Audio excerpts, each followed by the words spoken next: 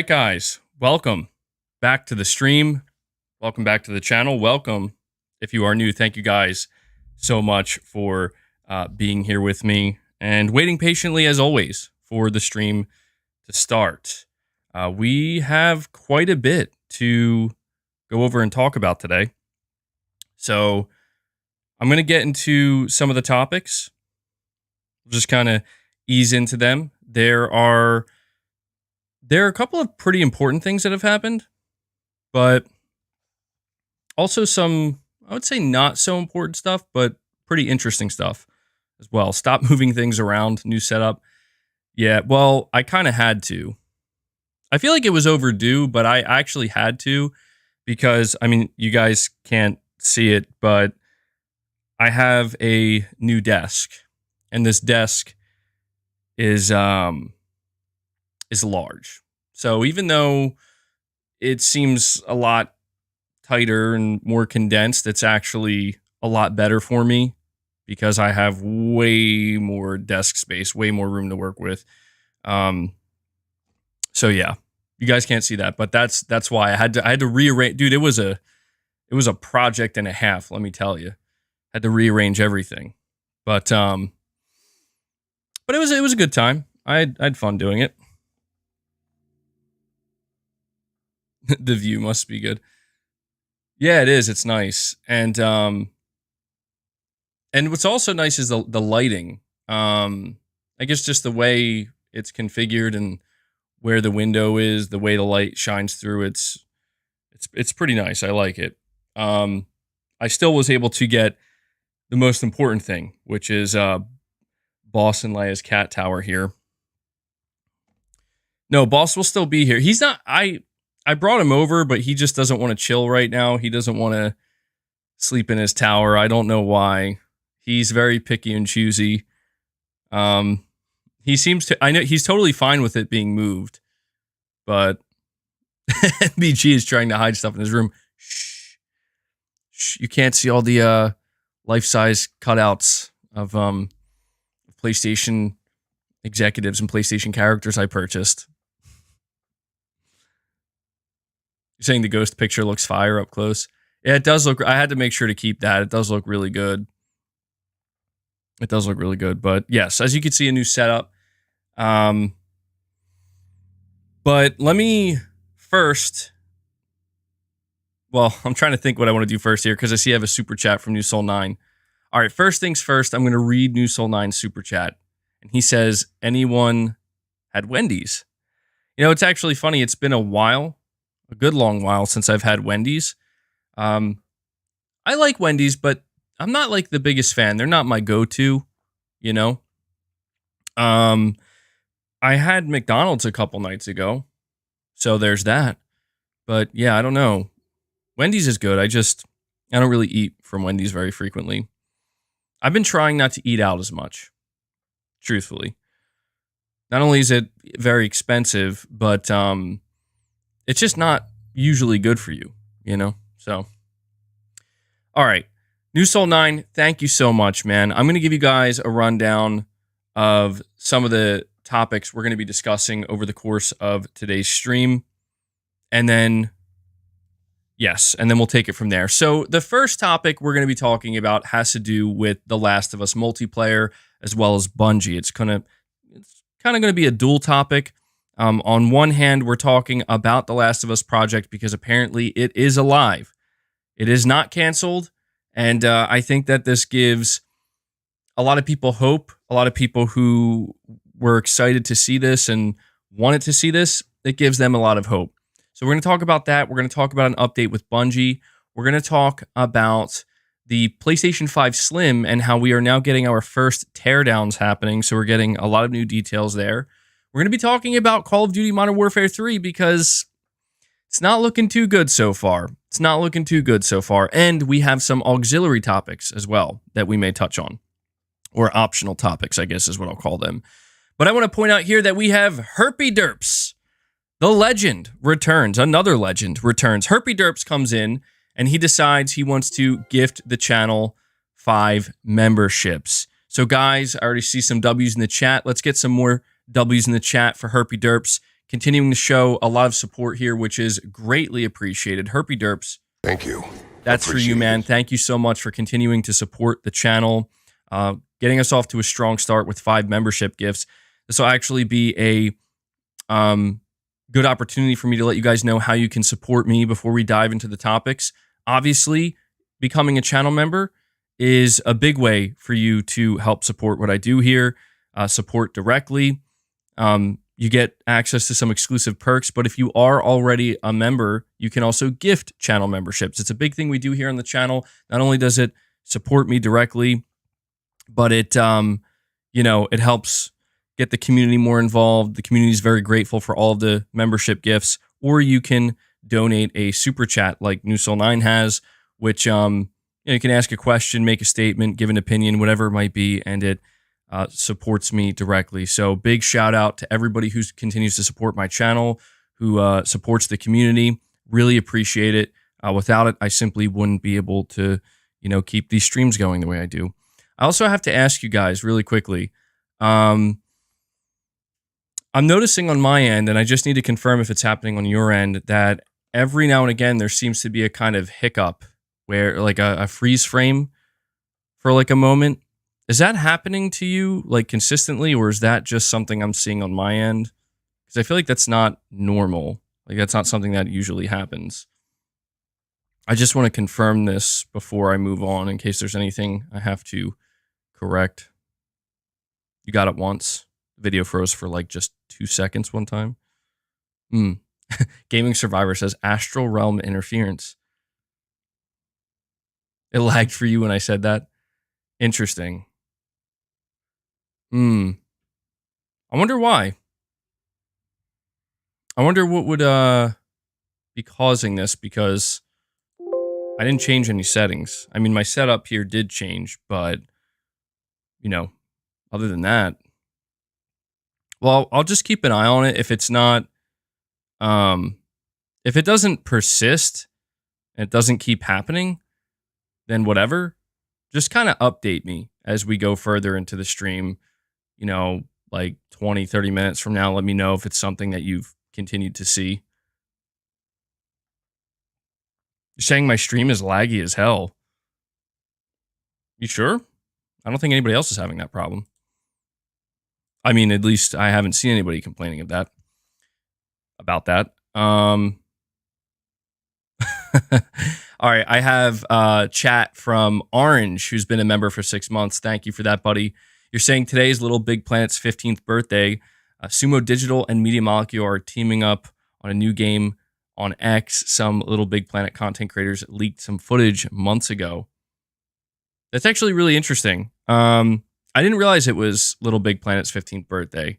Time flies.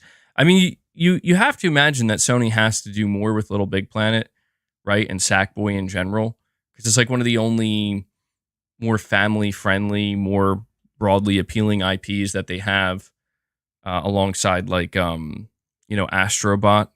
So hopefully they are working on something good, though.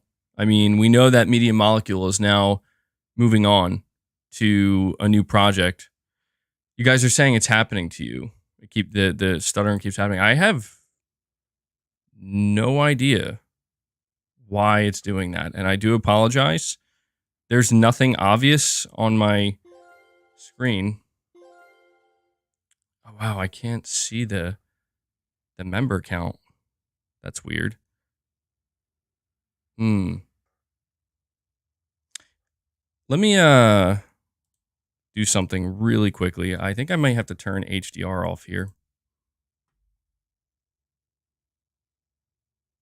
Okay. Whoa. This is really strange. Wow, this is very strange.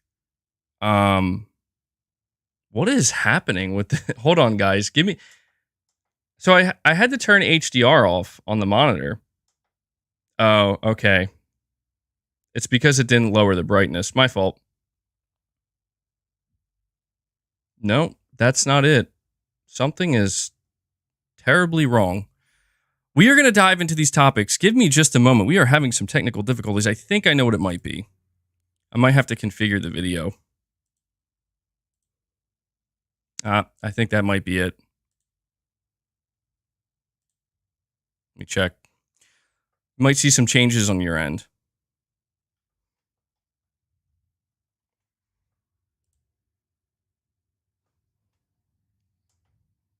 And one last change I have to make with the contrast, and then we should be good to go. Nope, that's not fixing. I don't know what's wrong with this. Holy shit. It's not my monitor. It's not the HDR. I'm truly perplexed, guys. See, what's messed up is like I cannot see anything on my screen. So I'll have to just do the best I can, man. I have no idea what's going on with the color setup right now. I apologize. Yeah, I'll leave it alone. I'll mess with it later. It's annoying because I had everything set up and ready to go before the stream, and then as soon as the stream kicks off, that's when something goes wrong. So I'll do the best I can here. The member counter might be screwed up. That's the only thing. Like, I can't see properly for some reason on my software. So I'll just keep you guys updated and let you know. And I just see Herpy Derps. Dude, Herpy Derps, thank you so much, man. Wow, I so sorry I was too engrossed in my technical difficulties to see that you donated a $50 super chat. That is absolutely massive. Huge support from Herpy Derps. Thank you so much, man.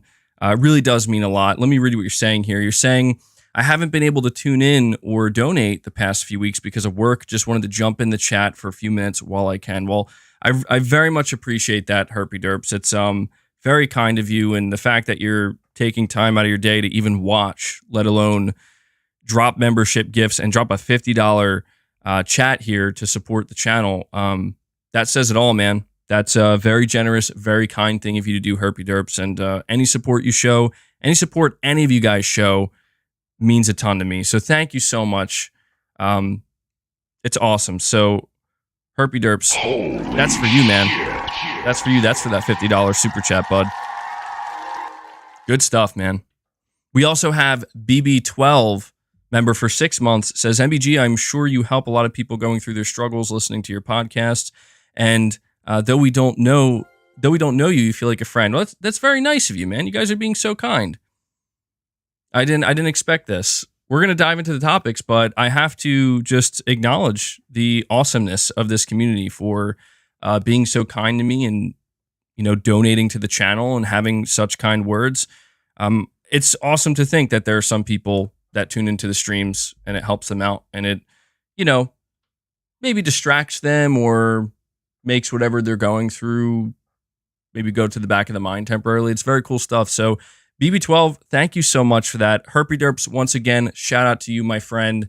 And with that being said, I am going to dive into the first topic because I do apologize keeping everybody waiting. Now, the first topic, believe it or not, I am going to dive into is Call of Duty, which is weird because I wasn't expecting to be talking about Call of Duty, but there is some significant drama. I don't know if significant's the word to use, but it feels like it could be pretty problematic. Maybe not, though, with what's happening with the campaign. Because for those who don't know, if you pre-ordered the game, you get early access to the single player campaign. And the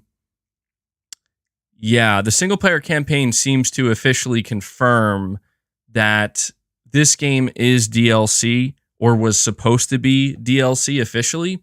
I actually have an article here. It says Modern Warfare 3 players are not happy with its short campaign. Let me actually bring up the article here. This is from Eurogamer. They say Modern Warfare 3 players with early access to Call of Duty's latest installment have taken to social media to share their dismay and outrage about the shooter's campaign. Although the first-person shooter doesn't formally release until November 10th, some players who've forked out over the shooter's pricier digital editions can play the campaign early via early access. I played 1 hour of the campaign and got my refund, announced one player. And I think you should too if you feel the same way I felt. This was a couple lackluster raid episodes put together. Having just finished Call of Duty Remastered recently, this game failed to capture what it means to be in a campaign. And if this is how it all begins, then I'm sorry, MW3 does not redeem itself from the shit show MW2 caused at launch and somehow continues to make fun of my wallet. I'll be holding off on touching this game until something positive comes back to this community. Peace. What a slap to the face. I'm shocked and appalled, added another unhappy player. The writing was on the wall this entire time, if you really think about it. I will admit we had about 2 to 3 missions that really stood out. That open combat garbage, though, if this is the direction of the campaign going forward, this is officially the death of Call of Duty. Another person says, feels like all they care about is focusing on developing a new Warzone map and shoving every experience into it. This is without a doubt the single worst, most insulting Call of Duty campaign I've ever played, and everyone who worked on this portion of the game should be ashamed of that. Ashamed of themselves for sending it out, and Activision themselves should be ashamed for doing this to the franchise, insisted another. You've completely shit on all of the OG characters and the new ones. I honestly preferred World War II's campaign, and that one sucked. Can't wait for the final sales numbers. It'll be a good laugh either way. Thank F I didn't pay money for this. Bobby got the last laugh on his way out. I mean, it just goes on and on here. And yeah, guys, there's a lot of dismay right now in the Call of Duty community because essentially this campaign it can be completed within 3 to 4 hours. I think 4 hours is kind of pushing it. And people are realizing that many of these, I don't know what they're calling them. They're like open missions or whatever, where they're like open world or something. Players are realizing that they're just reusing like Warzone assets, and people are basically saying it feels like a multiplayer match with bots. And you know, this is very interesting to me considering the timing. Obviously, we have to bring up the fact that Microsoft just purchased this company. They just purchased Call of Duty. And look, I'm not going to say that this is going to negatively impact Call of Duty sales because we have no idea. It might not. I'm going to say that the Call of Duty community is so conditioned that they're still going to buy this anyway. I told you guys, I played the beta. It is DLC. There is no way around it. I know that there are some people who might feel the need to try to defend that.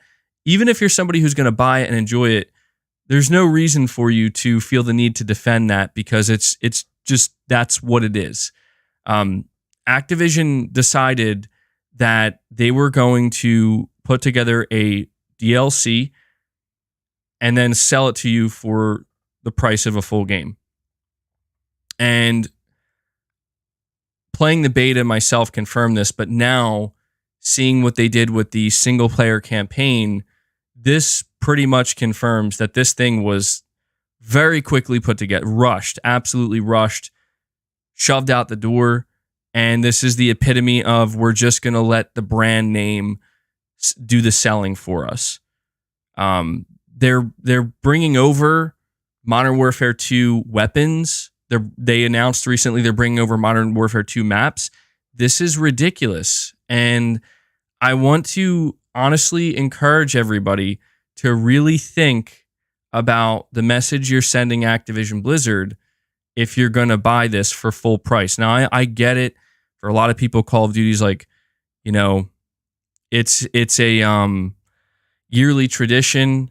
And I know that it's one of those things where it's like FOMO, you know, if your friends are buying it, you don't want to be left out. I understand that. But a lot of longtime Call of Duty players have been saying that this game has been going downhill year after year, or it's just, it has not been able to get back to an ideal place, back to the, you know, golden age or the peak. And it's just been kind of floundering for many years.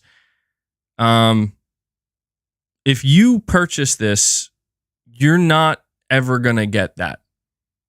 You know, if you purchase this for $70, you're just telling Activision, I mean, at this point, Microsoft, but Activision, realistically, that you can get away with this. This is okay. We'll buy it anyway. And it's worth noting the whole zombies thing too. I don't know. Yeah, the zombies situation you might want to be wary of as well, because from my understanding, it's just the Warzone map with zombies in it now. That's what it is.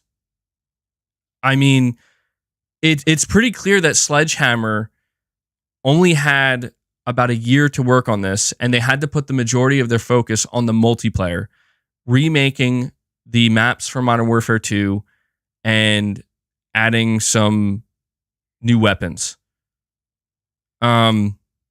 Which if they wanted to sell this as a DLC, that would be fine. Like this is exactly what a DLC for MW2 should be. But this is not a full game. And I don't know, man. It is incredibly ironic to me that this is the first year technically that Microsoft will have Call of Duty under them. They own them. And, you know, just like we established with Sony and Microsoft, whether they own studios, whether they're buying exclusive deals, the buck stops with them. Not good. This is not a good first start for Microsoft. Like, it's actually kind of... Look, I'm not going to blame Microsoft because they can't do anything about this. All right? This is not Microsoft's fault. I want to make that clear. Microsoft owns them now, and the buck does stop with them, but there's nothing they could have done. Well, you know what? Hold on. Let me take a step back. I take that back, because now that I'm thinking about it, they could have done something. What Microsoft could have done is they could have said, yeah, we're not charging $70 for this. We're going to charge 40 or 50. Even 50 seems like a lot for what's on offer here. But they could have done that. They could have put it into GamePass. At least that's my assumption. I mean, you own them. Why not put it in the GamePass? This is something that Microsoft could correct. And for one reason or another, likely profits, they're choosing not to. And I do also have to place the bulk of the blame on Activision, though. I have talked to you guys extensively about how, you know, everybody is hyping up this acquisition from Microsoft and how it's going to be such a good thing and maybe it'll save Call of Duty and whatnot. And it's like, guys, why didn't anybody ever stop to think that this could be the beginning of the end for Call of Duty? Not because of Microsoft, but because of, like, why do you think Activision was so willing to sell in the first place? Why do you think Bobby Kotick was so eager to just sell the company and get his golden parachute and be gone? I think what we're seeing right now with Modern Warfare 3 makes it clear that this game, this series, it's running on fumes. Now, it's not going to collapse overnight. The brand power is too strong. But this is nonsense, dude. Like, they can't keep doing yearly releases. Maybe that's something Microsoft will change. That'd be very smart of them. Microsoft could say, you know what? This yearly release cycle is it's run the series into the ground. It's not sustainable anymore. Let's give it a break. You know, release a new Call of Duty every 2 to 3 years. That'd be a start. That would be great. I think that would actually give fans a lot of hope that, wow, they're actually going to take care of this franchise. But that's unlikely. Like, it's more likely that Microsoft bought Activision Blizzard with the assumption that, well, look, they're lean, mean Call of Duty producing machine. Every single studio is working on it. We'll be able to, you know, yeah, that's true, Mike. It's number 1 on PSN right now. GC84, a member for 5 months, says Bungie being allowed to assume and possibly cancel a Naughty Dog game, in my opinion, would have been a shame and the worst insult to a PlayStation studio from Sony. I agree 100%, and we are going to get into that conversation. That's actually the next topic in line once we're finished talking about Modern Warfare 3. So I'm going to return to that, and I have a lot to say. So hang tight.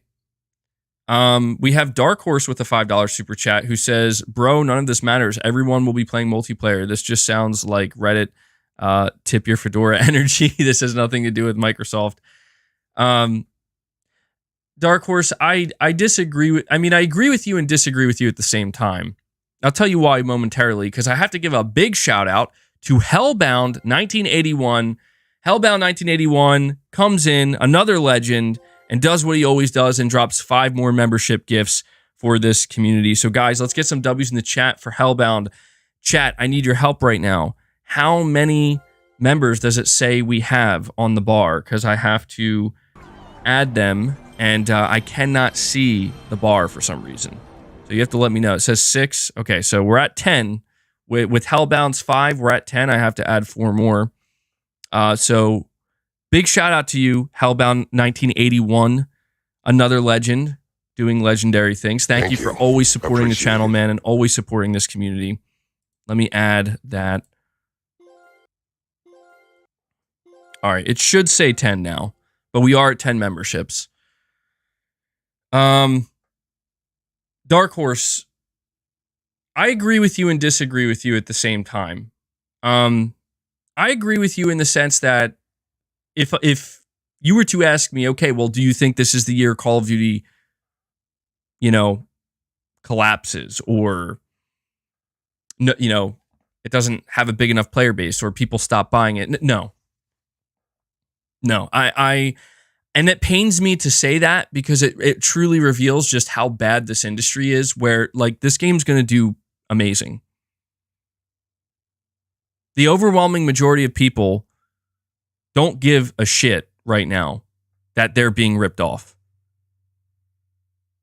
Katie says it could sell a lot worse. That's the hope. That's the hope. That's why I'm encouraging people. Like, I don't want to see Call of Duty collapse. I mean, it would be funny to see, because it'd be like, see what Microsoft did. But no, it's like, I've always had a fondness for Call of Duty. I grew up playing it. I don't want to see it die. I just want to see it get to a better place. And to me, this is the opposite of that. Like, this is just like, okay, this is the most shameless, just, here's a DLC, give us $70, we don't care, we know you'll buy it. And it's like, fuck you. I just wish more people would have that energy. I do. I wish more people would be able to just realize that this is, like, look, I know we've talked about like remakes and remasters and stuff like that, and is $70 too much for games? I get that. We've had those conversations, but this is unequivocally, this is a fucking rip-off, dude. It is. But I guess people don't care, man. You're saying just like people ripping off, just like Sony ripping off people with the PS5 Slim? What's a ripoff about the PS5 Slim? I mean, it's a PS5, bro. I mean, if you're paying $500 for a PS5, I assuming there's nothing wrong with it, like it functions properly, I'm not seeing the ripoff there. Mentioning The Last of Us Part 1. We're really going to do that? We're going to compare The Last of Us Part 1, a full-blown remake for the PS5, to MW3 having a 3-hour campaign that is basically reusing assets from Warzone? Come on. Come on. Like, or a multiplayer where it's, I don't know, man. At this point, like, I'll put it to you this way. At this point, if you're paying $70 for Call of Duty, you're paying $70, as far as I can tell, you're paying $70 for Modern Warfare 2 maps remade, some new weapons, some new operators, and that's basically it. I mean, sure, a zombies mode where you're just playing a Warzone map with zombies in it. It is what it is, man. Same as sports games. I agree, but that's, yeah, I don't know. I guess it's just because it's like, you would think that at some point, like, people would kind of be like, you know what? We expect a little bit more.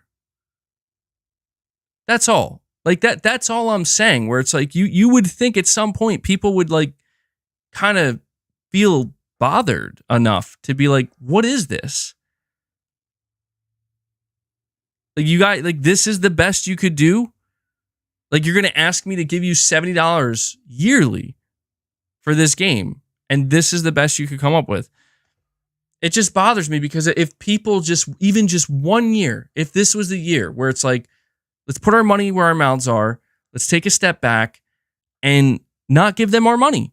Because I promise you, if you did that, they would be like, oh shit, we have to course correct here. We gotta, I don't know. I get it, man. I do. Like I said, I've always had a fondness for Call of Duty, and I was somewhat interested to see like what they were going to do with MW3, because I'm like, oh, well, I'm not as into Call of Duty anymore, but, I've always enjoyed the Modern Warfare series, even, obviously with the original games. But this to me is just like, man, not good. Not good. Battlefield stopped the yearly releases. I don't think they ever really did yearly releases. I think they wanted to. Broccoli Rob says, to be fair, in BG, no one buys Call of Duty to play the campaign.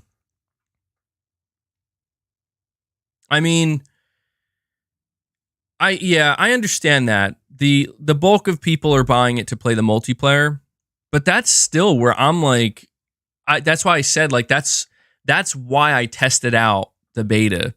Because I played MW2 multiplayer, and I wanted to see, like, okay, is the Modern Warfare 3 multiplayer just DL? Like, is it literally the same mechanically? It is. The only difference I noticed is you run a little bit faster. That's it. That's the only difference. The weapons are the same, and now you have Modern Warfare 2 maps. And it's like, I get the nostalgia factor, and I think that's how they're roping people in, but it's like, this is crazy. This is crazy to me. You're saying you put, B Flesher says, I put 200 hours into multiplayer each year. This is so much better than MW2. Closer to Cold War. Well, that's the thing, man, is like, I'm not trying to sit here and tell people, like, you're not allowed to enjoy this game. I just think that it's sad that, they're going to get away with this, man. And that's what bothers me, is they're going to get away with this, and it won't get better from here. It could, but it's unlikely. Like, we're just telling, like, when a game like this succeeds, we are telling these developers, and now we're telling Microsoft, like, you can put in a minimal amount of work and no one will care. Your game will do just fine. Everything will be good. And that sucks. That absolutely sucks, man. Because I'll tell you what, here's the reality. If this game didn't have Call of Duty on it, if it didn't have the Call of Duty name on it, it would be getting obliterated right now. It would. It would. If this game didn't have the Call of Duty name attached to it, people would be tearing it apart. And they would be saying this is unacceptable. But AT May says, I don't know, man. It's a good game.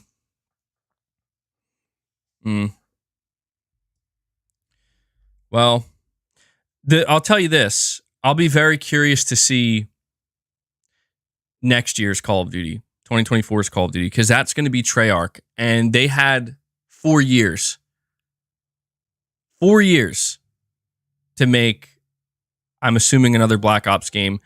It'll be very, very interesting to see how that turns out. Because next year, we could see an opposite scenario happening, where it's like, we've had the longest amount of time from any Call of Duty developer to make this game.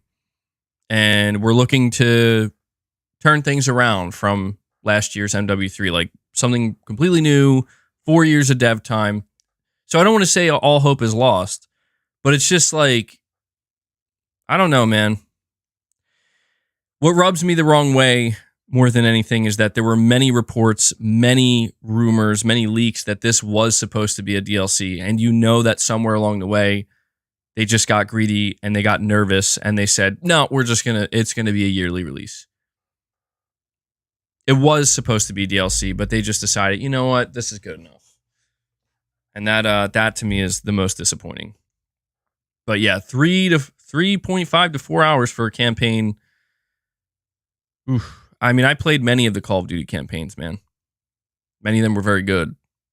Others were okay, but Michael Lynch with a $5 super chat. Sorry to keep you waiting, buddy. You're saying, I'm not quite the ass kisser and I call out bullshit when I see it. However, I enjoy listening to you because you speak factually. I appreciate that, man. Michael, I appreciate not only the $5 super chat, but I appreciate that you enjoy the content. I try my best to keep it as real as I can. You know, obviously I have my preferences as well. No doubt about that. But yeah, there's just some stuff that's just like, come on, man. I'm disappointed. I am, more than anything. Dark Horse with another $5 super chat says, Black Ops 4 had no campaign at full price. Let that sink in, people. This will not affect sales at all. Yeah, you're right. You know what? You're completely right. I totally forgot about that. I totally forgot that Black Ops 4 just was straight up like no campaign. Multiplayer zombies, that's it. And it was very similar to Black Ops 3, I think, in some ways as well. Yeah, you're right. This is probably one of the reasons why Microsoft was fighting so hard to acquire them, because they're like, Call of Duty's a juggernaut. It's clearly unstoppable.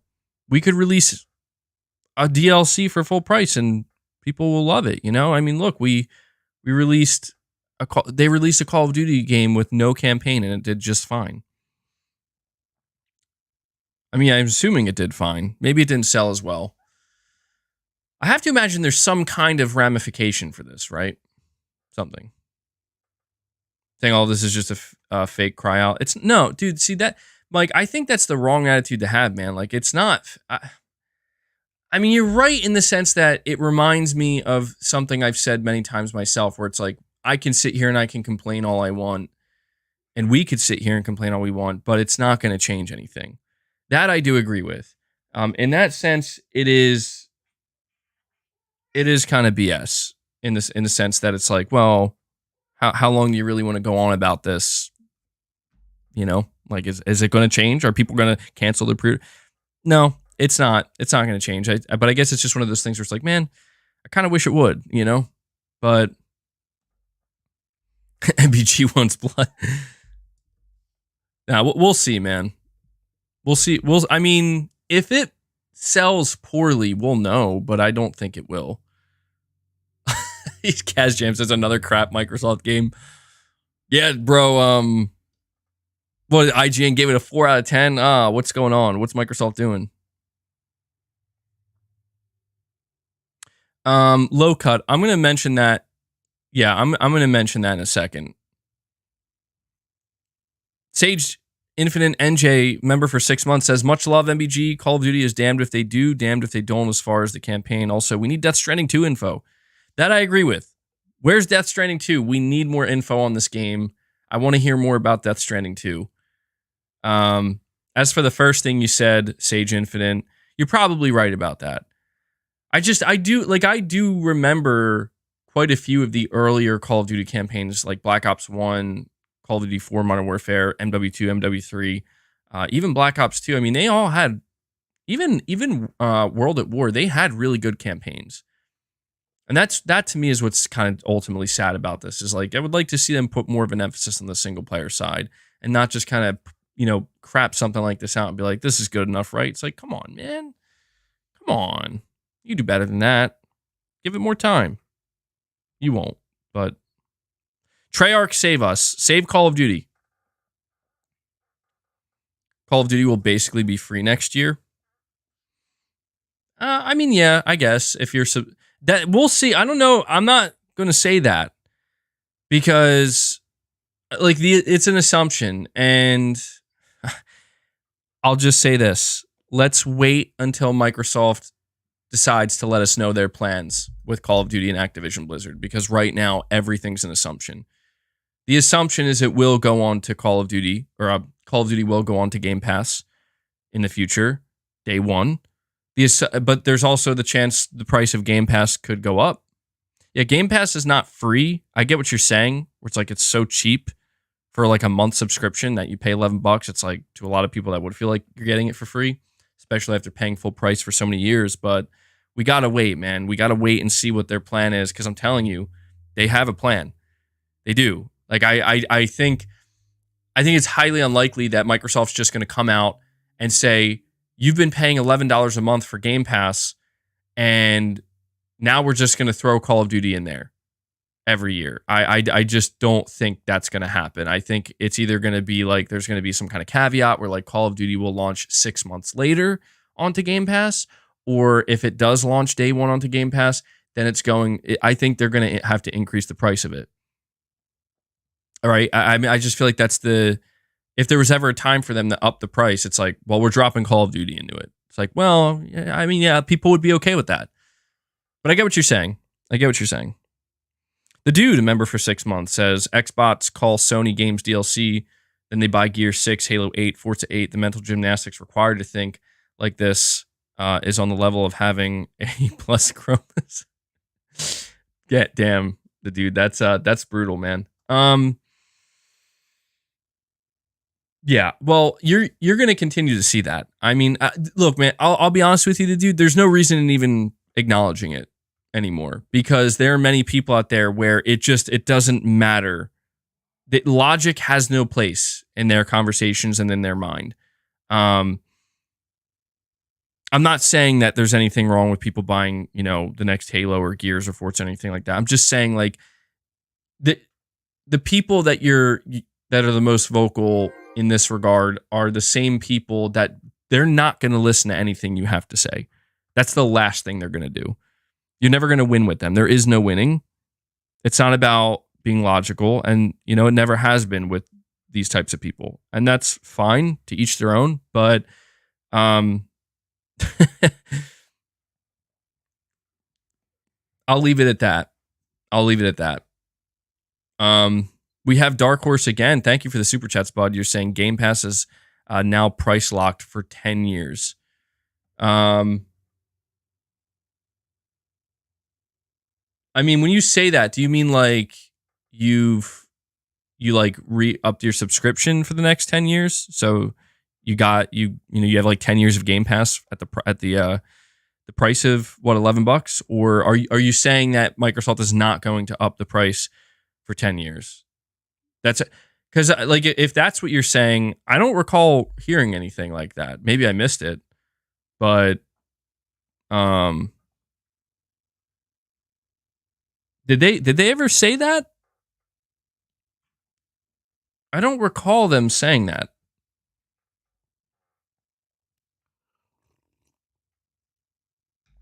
I'm looking to my chat to help me out here. I mean, I'll look it up if I have to.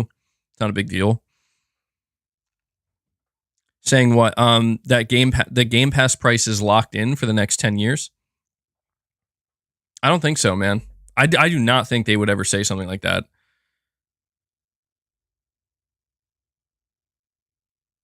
So you don't know about 10 years, but in court they said they wouldn't raise prices. Yeah, but I don't think that matters, dude.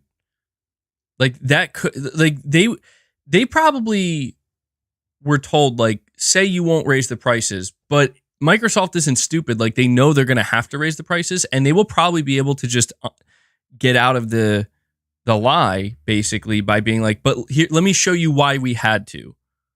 That's the thing is like Microsoft will have data that they can show like this is why we had to raise the price, and they can't be condemned for that because it's like, okay, well, oh, you actually had to for the because the price of for how much it costs to develop Call of Duty every year or something. That's my assumption anyway. Steranko with a $5 super chat. He says, totally understand, but did you hear that Miles is officially going to replace Peter in the games as the main Spidey going forward? Huge L. Yeah, so let's I'm gonna end the Call of Duty topic here. I didn't want to talk about it too long, but I did want to mention it because I did see a lot of people talking about it, and there was some outrage. I think some of it is warranted. I do think some people are going a little bit overboard where it's like, there are people saying that, oh, it's going to be, this is the year Call of Duty ends. And it's like, well, maybe for you, but generally speaking, it's probably going to be fine. But I am in agreement that even though this is pretty shitty and underwhelming, it's probably not going to do all that much at the end of the day. And it'll be really interesting to see how Microsoft plans to handle Call of Duty going forward. But this is going to help me segue. I actually didn't, this wasn't supposed to be a topic, but this just came out. So there, minor spoilers. I mean, I don't know. I just say spoilers for Spider-Man 2. There's a warning. Not going to go too deep into it. I'm just going to mention it briefly here, but the game's been out for a little while now. So, and this news is already, like, you're going to run into this news. So if you don't know about this, you're going to know about it either by reading the chat or by browsing the web. But it also doesn't reveal the end, like what actually happens at the end. So here we go. Yes. Insomniac has officially confirmed that going forward, Miles Morales is going to be the main Spider-Man. And this is, I'm kind of torn on how I feel about this, because on one hand, I like Miles. You know, he's a pretty cool character. I have no problems with him, and I enjoyed his standalone game. I enjoyed playing as him in Spider-Man 2. But on the other hand, it's like, why? Like, why? Why are you... And here's the biggest reason why I'm asking why. You just made a game where you can play as both. And they both get unique abilities. So you're telling me in Spider-Man 3, it's going to star Miles Morales, and Peter's just not going to be playable, and his whole new set of abilities is also gone as well. That, to me, is just like a step back, where it's like, I wouldn't mind if you want to prioritize Miles. Or like, he's younger, you know, Peter's got other responsibilities now. That's fine. But to me, this is a strange step back that it's like, frankly, it just seems kind of dumb. Another thing as well is you can't even use the argument that, oh, well, Peter wants to retire. Like, what is he, 23 or 25? What? Like, he's in his freaking prime. It's not like he's in his 30s or something, or in his 40s where it's like, yeah, I got to give this up now. That would be fine and understandable. Yeah, he's 25 years old. He's literally in his prime, in his peak, man. This is dumb. I'll just be honest. I think this is straight up unnecessary. I just don't know how you make a game starring both Spider-Men where you can switch at will to play as either one, to then say, actually, I would think the same thing the other way around. If they were like, Spider-Man 3 is just going to focus, it's just going to star Peter Parker, I would say, well, what about Miles? Like, you already gave us a game where we play as both. You know? This is so weird to me. I don't know what I see a lot of guys saying, like, maybe because of politics, and oh man, if that has anything to do with it, that is dumb. I really hope that has nothing to do with it, because that is just straight up fucking stupid. And I think everybody would agree with that, where it's like, if that's the reason, whoever's writing this, get out. Because that's just stupid. There should be, I don't know. I mean, if you played Spider-Man 2, you could tell that Peter, it was just weird, man, because, I mean, is this just like a different type of Peter Parker where he's like, you know, there's this new guy, and I'm beginning to realize I don't have to do shit. You know, like, is he just lazy? He's just like, you know what? I don't want to be bothered, man. Go ahead. You go be Spider-Man. I'm going to chill. I'm going to go start a family or focus on my career and be a normal person. You go be Spider-Man. I mean, maybe there's an angle there, but there also feels like there isn't, because it's like, that's not, as far as I'm aware, that's not Peter Parker. I don't think Peter Parker, that's Peter Parker basically saying, like, I don't want to help people anymore. Like, what? Dude, I'm telling you, Insomniac, they might want to rethink it.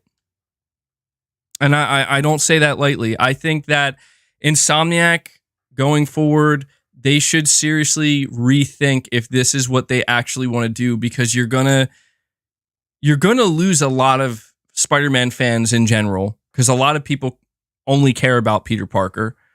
I like both, but I grew up with Peter Parker as well. You know, like, to me, Peter Parker is like my Spider-Man, so to speak. But I like Miles as well. Again, I think he's a cool character, but I think their dynamic is great. And I just think this idea of, like, you know what, let's just get rid of this guy. Like, why? There is no logical reason that I can see why they should just say Peter Parker's not going to be Spider-Man anymore. Now it's Miles.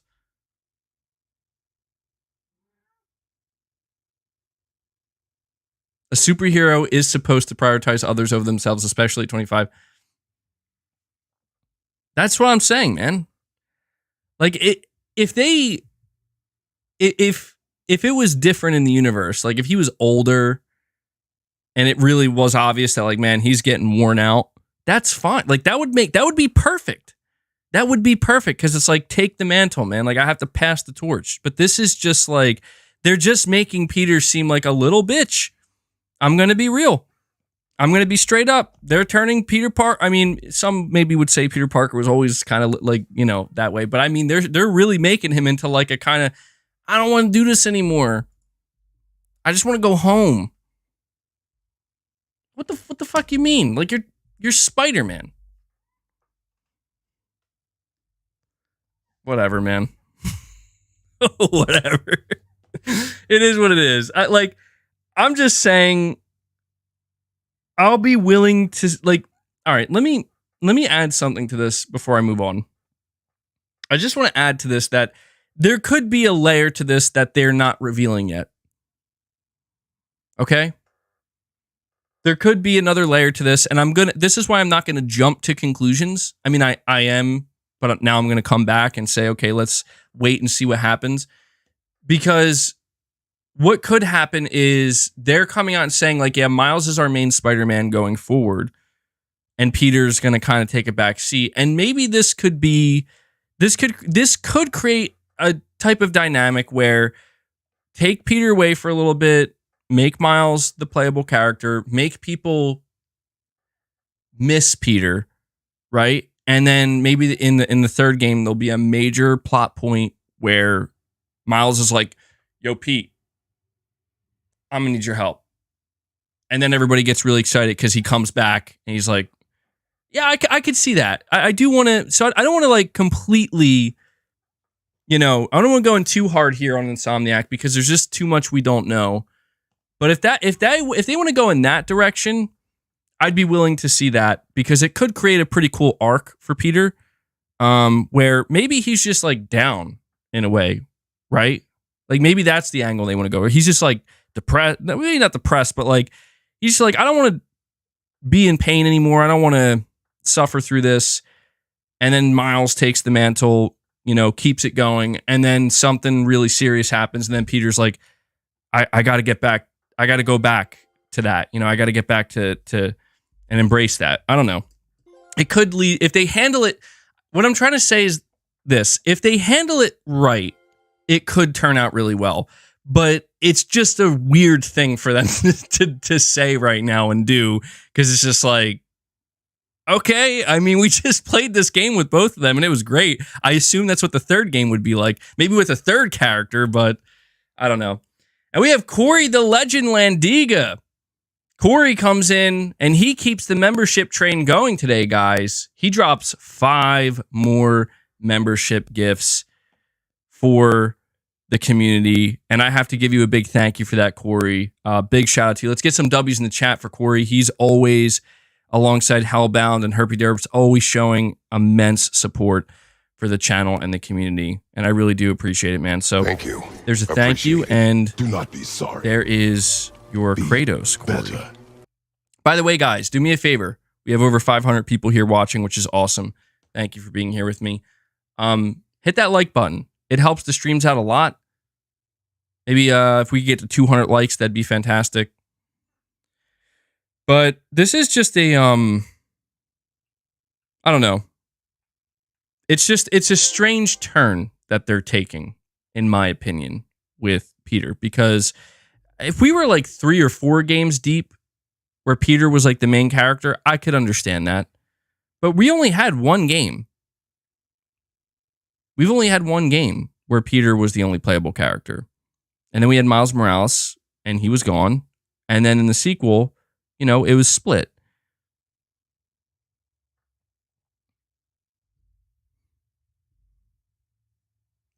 Actually says, BS, I want nothing to do with Spider-Man 2 or 3. Imagine hiring writers who hate the main character.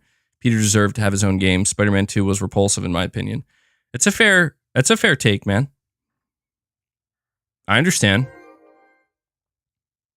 I just feel like this kind of stuff happens so much where it's like, look, here's the reality, and from the way I see, I think this is the reality. It comes down to sales and profits, and I just think the question is like, it's not a matter of, I mean, we could talk about the writers, right? Like maybe they are hiring writers where it's like, what are you doing in some instances? But my only question is Sony going to be okay knowing that, like, honestly, if you don't have like Peter Parker Spider-Man on that box art with Miles, it's probably not going to sell as well. You know? Maybe not. I don't know. I just, that's the thing that is kind of strange to me, where it's like, usually you see decisions like this made when like a character isn't resonating enough, you know, or like not popular enough. And that's what's so just bizarre to me about this, because it's like, dude, Peter Parker Spider-Man is insanely popular. Like, probably more so than ever before. Miles is extremely popular as well, but this is why I'm just saying, it's like, I don't know, man. I don't know that this was a smart thing for them to come out and just blatantly say, you're saying Miles is getting more popular than Peter now? I could believe that, yeah. I could see that being true. But I don't know, I just look at like the Spider-Man movies, right? And I don't know if you guys heard, there was like this report going around that that Tobey Maguire's Spider-Man and Hugh Jackman's Wolverine are going to be the lead characters in, what is it, Avengers Secret Wars? I think that's what it's called. That's coming up, which is like, what? Well, first off, that's awesome and incredible, and I will absolutely watch that now. Yeah, that, to me, that's a massive W. But it's like, that's kind of funny to me. It's like, wait, like Tobey Maguire's Spider, like, I don't know, dude. We'll see what they do. We'll see what they do with it.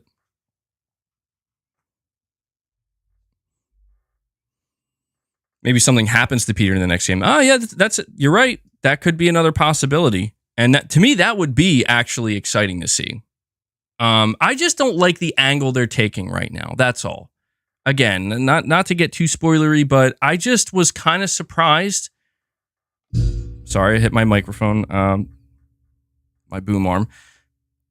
Spoilers for Spider-Man 2. Okay, one more spoiler warning. I'm going to talk about a scene at the end of the game. Okay. But then I'm going to move on to the next topic after that.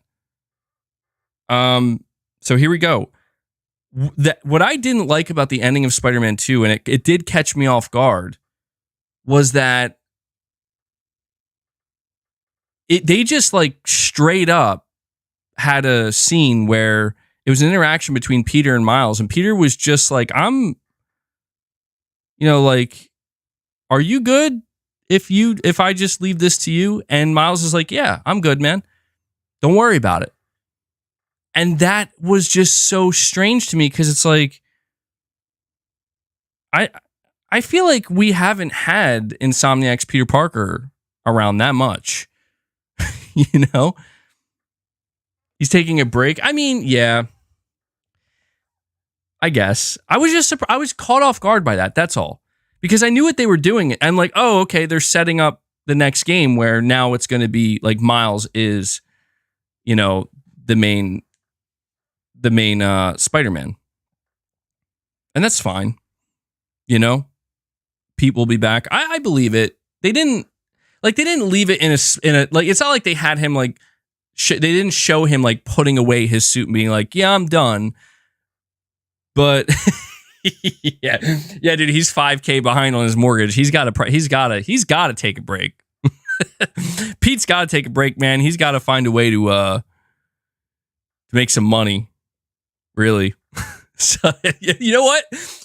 If that's the angle they go with, that makes the most sense. Like, bro, I need to make money, and nothing I'm doing out here is making me money. I could get behind that. That's the most realistic one. Yeah, and Norman is clearly going to turn into yeah. I don't want to go too far into it, but because I know people are still playing it, but he can't afford to live in New York. All right, well, I just wanted to talk about that briefly. I am going to move on from that just to summarize my thoughts on it. I do think it is a strange way to go about it, and my initial reaction to hearing that Peter's not going to be the main Spider-Man is my gut reaction is I don't think that's a smart move. I'm questioning that. I like Miles, but I'm questioning that move. However, thinking about it a little bit more without jumping, when I'm not jumping to conclusions is okay. You know what? Let's see what they do. Maybe I'll love it. Maybe I'll hate it, but I can't judge it until we actually see it. So, all right. Let me see. Shelly, to answer your question, no. I will not stop taking rumors as facts.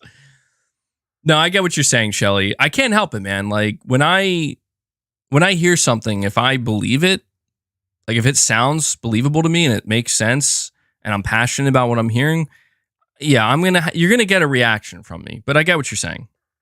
Leia, can you please get away from my wires? Thank you. Like, jeez. Trying to shut my stream down. Why is my chair so freaking squeaky? Like, my chair is really squeaky. It's actually very annoying. Exley says, what an absolute joy it is to play Lies of P. This is just a great game with no propaganda. God bless the Koreans. Dude, yeah, I'm playing Alan Wake 2 right now. And I'm about 3 hours into it, so I haven't played much of it, but I'm going to enjoy this game. I could just tell I'm going to enjoy this game. And again, I know it sucks that it's digital only, but once I'm finished with Alan Wake 2, I'm going to move on to Lies of P, and I'm actually very excited for that. So that's my path forward right now. Alan Wake 2 and Lies of P. But I'm happy to hear you're enjoying it, actually. And we got Alex Mercer, I got a couple more super chats here. PlayStation Pete with a $5 chat. He says, MBG, I platinum Marvel Spider-Man 2 and MK1. Now I have 60 platinum trophies. Well, congrats, man. 60 platinums. That's impressive. I think that's impressive. That's a good number. It's a lot of platinums. MK1, I know you were waiting to get that. Spider-Man 2, I got that platinum as well. So good stuff, PlayStation Pete. Thank you for keeping me updated with that. I feel like that's kind of what you do now. You let me know how your platinum journey is going. All right, we got Alex Mercer, the prototype. He says, no spoilers, but been playing Spider-Man 2 since release. It's a good fucking game. I just platinumed it and platinumed the game a couple of days ago, still playing it. Yeah, I mean, again, I do think Spider-Man 2, with some of the things that's going on with it, is turning out to be a little bit more divisive than I had anticipated. But generally speaking, the one thing I still can say is that there are many things that Insomniac did well in the game that did leave a good impression on me. Absolutely. And I mean, look, it's a lot of people were talking about the bugs and the issues. And I guess, yeah, there were some issues with it, but I put about like 35 hours into it, man. And I don't know. I had minimal bugs. I had a pretty good experience overall. Gameplay was fun. The traversal was incredible. So, yeah, I'm glad you're enjoying it, Alex Mercer. You're saying Alan Wake is woke as well as Sweet Baby Inc. had a hand in it. Who stated... Yeah, you guys, I have to look into that. I keep forgetting Sweet Baby Inc. incorporated it. You're saying they stated they want to wokeify games. Did they really say that? Oh Lord, why would you say that? Yet another game where the titular character plays second fiddle to a strong black person. Well, first off, I can't speak to this company, this Sweet Baby Inc. I'll have to look into it, but I got to be just totally real with you, actually, and everybody else. Like, I'm enjoying the game. Like, I really am enjoying this character. To be honest, this game is reminding me of Metal Gear Solid 2 a little bit, in the sense that, like, there's this really important character that is almost like a legend in some sense and is missing, and you start as this newer character who's in a new place trying to figure things out, and then shit starts getting what's really weird is, like, in a lot of ways this game is kind of reminding me of that. And obviously there's a lot more horror to it, but I gotta say, like, Remedy is very good at what they do in terms of storytelling. And, I was really curious when going into this game, like, because the last Remedy game I played was Control. And the thing about Control, I love that game. But the story was off the rails in a good way. I enjoyed it, but it was very much like, whoa, I'm not sure. Like, I finished Control and I still don't fully understand the game, right? Like, the story entirely. And I think maybe that's the point.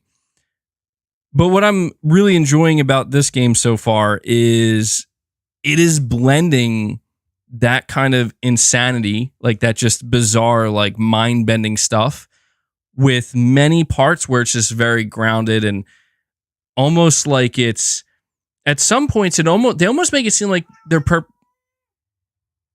Okay, Leia, I'll let you on in a second. Hold on.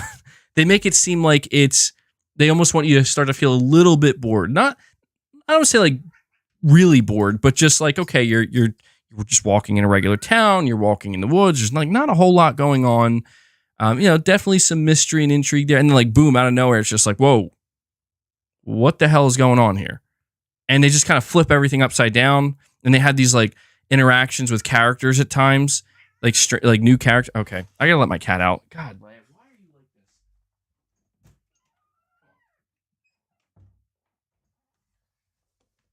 like this?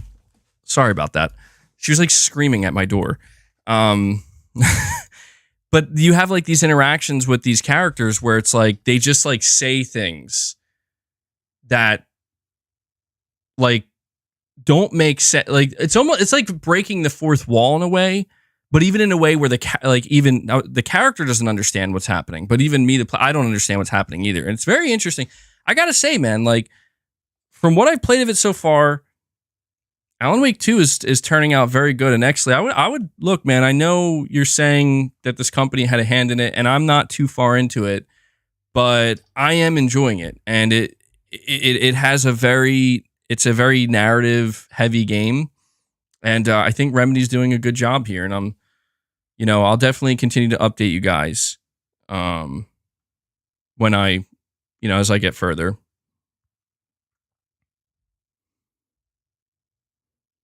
All right, let's see. Where am I here?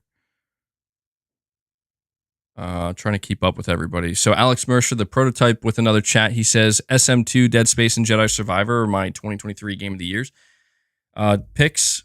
It's pretty good. Jedi Survivor, I know, was really good. Dead Space was obviously awesome. Spider-Man 2, I think, is going to be a Game of the Year contender for many people. I was thinking about this, and I'm gonna have to put more thought into it, and we'll probably have a deeper conversation on this when we get closer to the Game of the Year. But I think Final Fantasy 16 is going to be my Game of the Year, guys, which is insane because, like, I don't want to say that's insane for the game because it's a great game, like, it's not a surprise, but just for me, like, I wouldn't have expected that. I have to finish Alan Wake 2 first, though, because I'm really enjoying it so far. Let me see. So not a bad list there. We have Josh Z. He says, well, you know what? I'm going to, King Sausage, I'm going to get to your super chat first because I think it's in regards to what we're talking about right now. You're saying, MBG, calm these clowns down. Just because every character or superhero is not a white male does not mean woke. It's about damn time they change it up. Okay, yeah. Well, I'm trying to pay attention to the chat as much as I can while still, keeping tabs on the super chats. I'm in agreement. Like, this is where I think people mix things up too much. And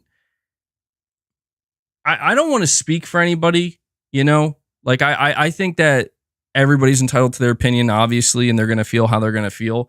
But my take on this is that, like, there's so much, like I said, there's so much back and forth shit with two different sides where it's like, we have to, like, people should try to just call something for what it is.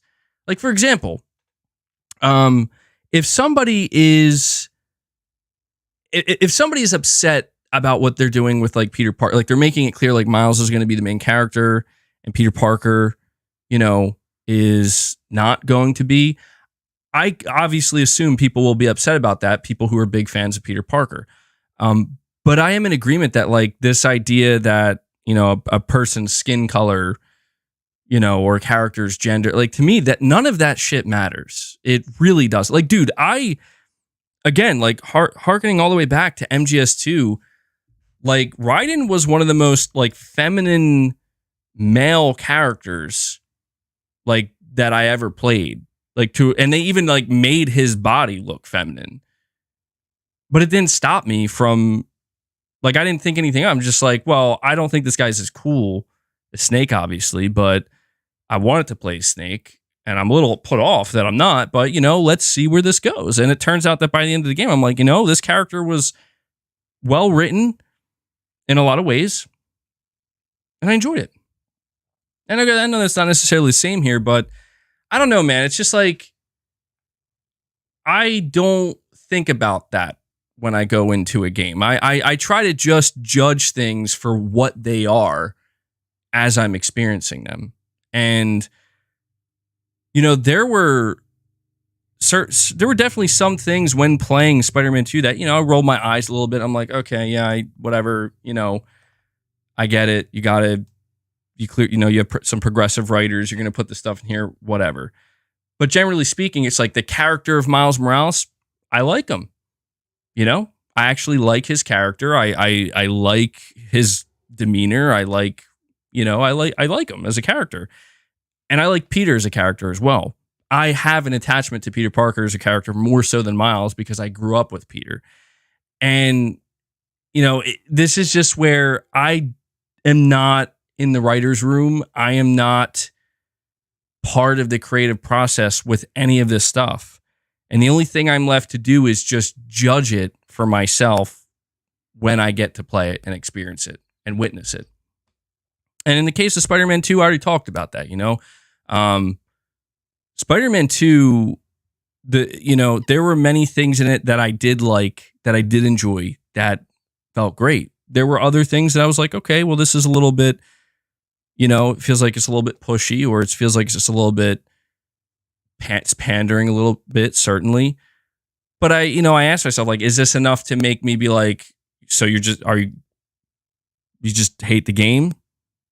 Or is there still aspects of this game you're enjoying? And I realized, well, there are definitely still many aspects of this game that I'm enjoying. And that's kind of how I deal with it. That's kind of how I don't know. That's just kind of how I approach any media I consume. I mean, it's like if I watch a show, there are many shows where it's obvious, like there's just certain things here and there sprinkled and without that, I'm like, whatever. I don't really. It's a little bit pushy, but what about everything else? Like that. That's just kind of how I just try to judge the complete package and not, just one or two or three things, or if it's just like, can you help me ask out a dude? Like, to me, straight up, that side mission for Miles is fucking cringe. not because it's a gay couple, because it's fucking cringe. You know, it's like, I'm trying to do some shit out here. Like, you know, I'm trying to be a superhero, and I'm out here trying to figure out how to get a couple, like a person to ask somebody to the fucking prom. It's like, dude, it could be two women. It could be a woman and a man. I don't care. Like, this is not that, like, this is doing nothing for me. You know what I mean? It just felt like, you know, okay, I guess he's at university. Sure. Whatever. I'll be honest. I like Miles as a character. I didn't like any of his side missions. There wasn't a single side mission, maybe except for the Mysterio ones. Those were pretty cool. But outside of that, there wasn't anything I did as Miles that felt like it like stuck with me. And I was like, oh man, that was a really great, important side mission there. Like, it just all kind of felt like, well, we got to give him something. That's what it felt like to me. And so it's just like, well, okay.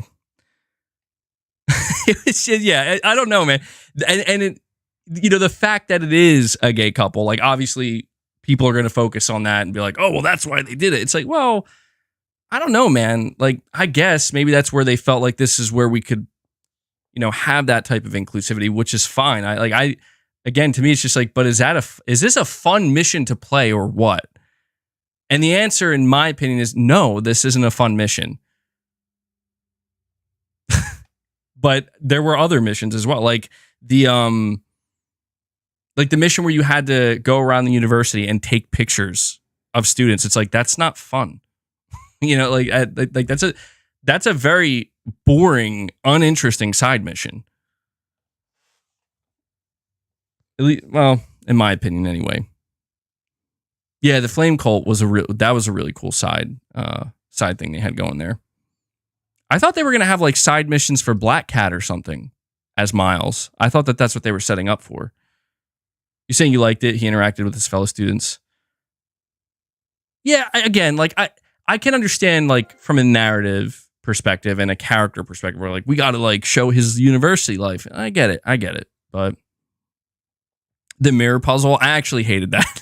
I hated that, dude. I hate puzzles in games like 90% of the times. So yeah, it's a mission where you had, dude, listen, straight up, the worst side mission in Spider-Man 2 is the one where you play as Miles's girlfriend, where you're doing graffiti, where it's like, this is mind-numbingly boring. Like, this is crazy. Like, you guys actually dedicated development time to this. Why? Like, why, man? It's not like, I know it's short. It's not like a big deal where it's like, I can't believe this. I'm outraged. But it genuinely was like, why is this, like, what's happening right now? Like, why am I doing this? And the mechanics were, dude, they should, you know what? I'll tell you this.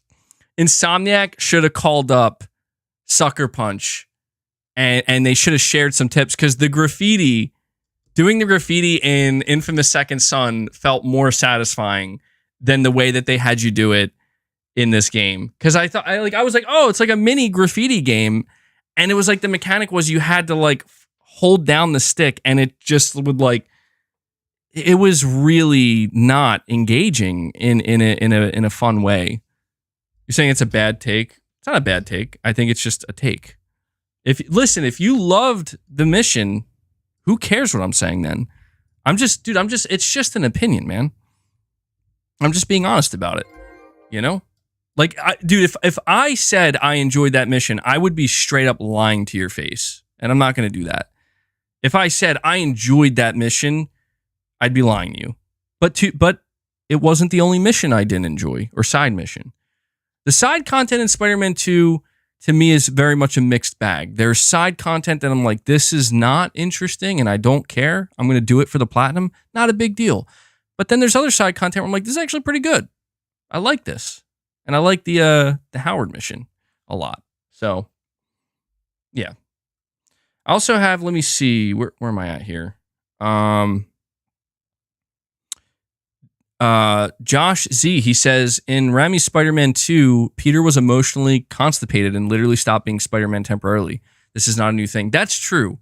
I guess I'm just saying, like, I want to hear more from Insomniac. They're clearly they're clearly being pretty open about we're making a Spider-Man 3 and we're going to do these things. And I hope that the next thing we hear is a little bit of insight and like, all right, we know which direction you're taking Miles in, where he's going to be the new main Spider-Man. And, you know, I'm assuming they're going to try to create more villains for him and stuff, which is, you know, fine. Makes sense. But I want to know, like, they seemingly are not talking much about Peter and what they plan to do. And that tells me that maybe they're still in the process of figuring that out, where they know that, you know, he wants to kind of retire for a bit and take a break and leave it to Miles. And that's all fine. But I just want to know, like, okay, well, what is the plan here? Is it, you know, I don't expect them to spoil the story or anything, but is he just taking a break, or is he looking to just move on, or, you know, is he looking to start a family? I mean, what's the situation here? But I get what you're saying. That is true. I did forget about that actually in the movie. And it's like I said, it's a matter, because if somebody had said that before going to that movie, like, oh, dude, he's gonna hang up the mask, he's gonna be done being Spider-Man. I mean, it does kind of make you a little bit more intrigued.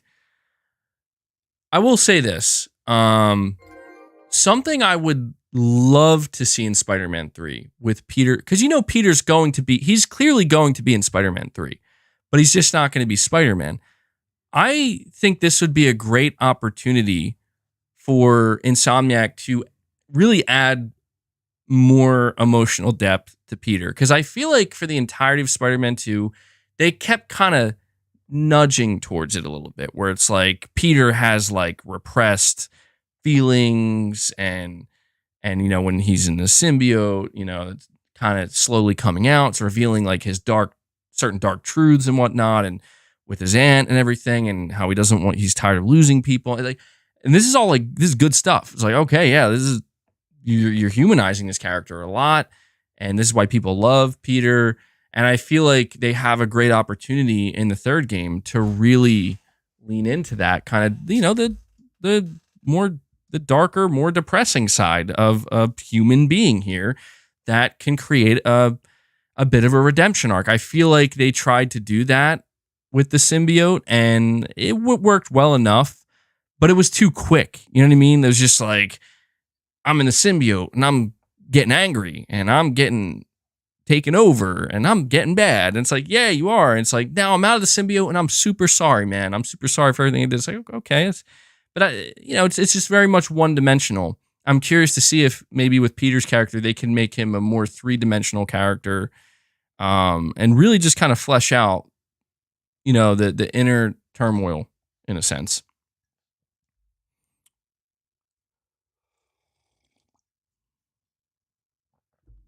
All right. Yeah, that's true. I guess I'm not saying I expect them to go like Last of Us level dark. I just mean like, I don't know. I'd be okay to see like just a different version of Peter Parker that we have yet to see. That's all I'm saying.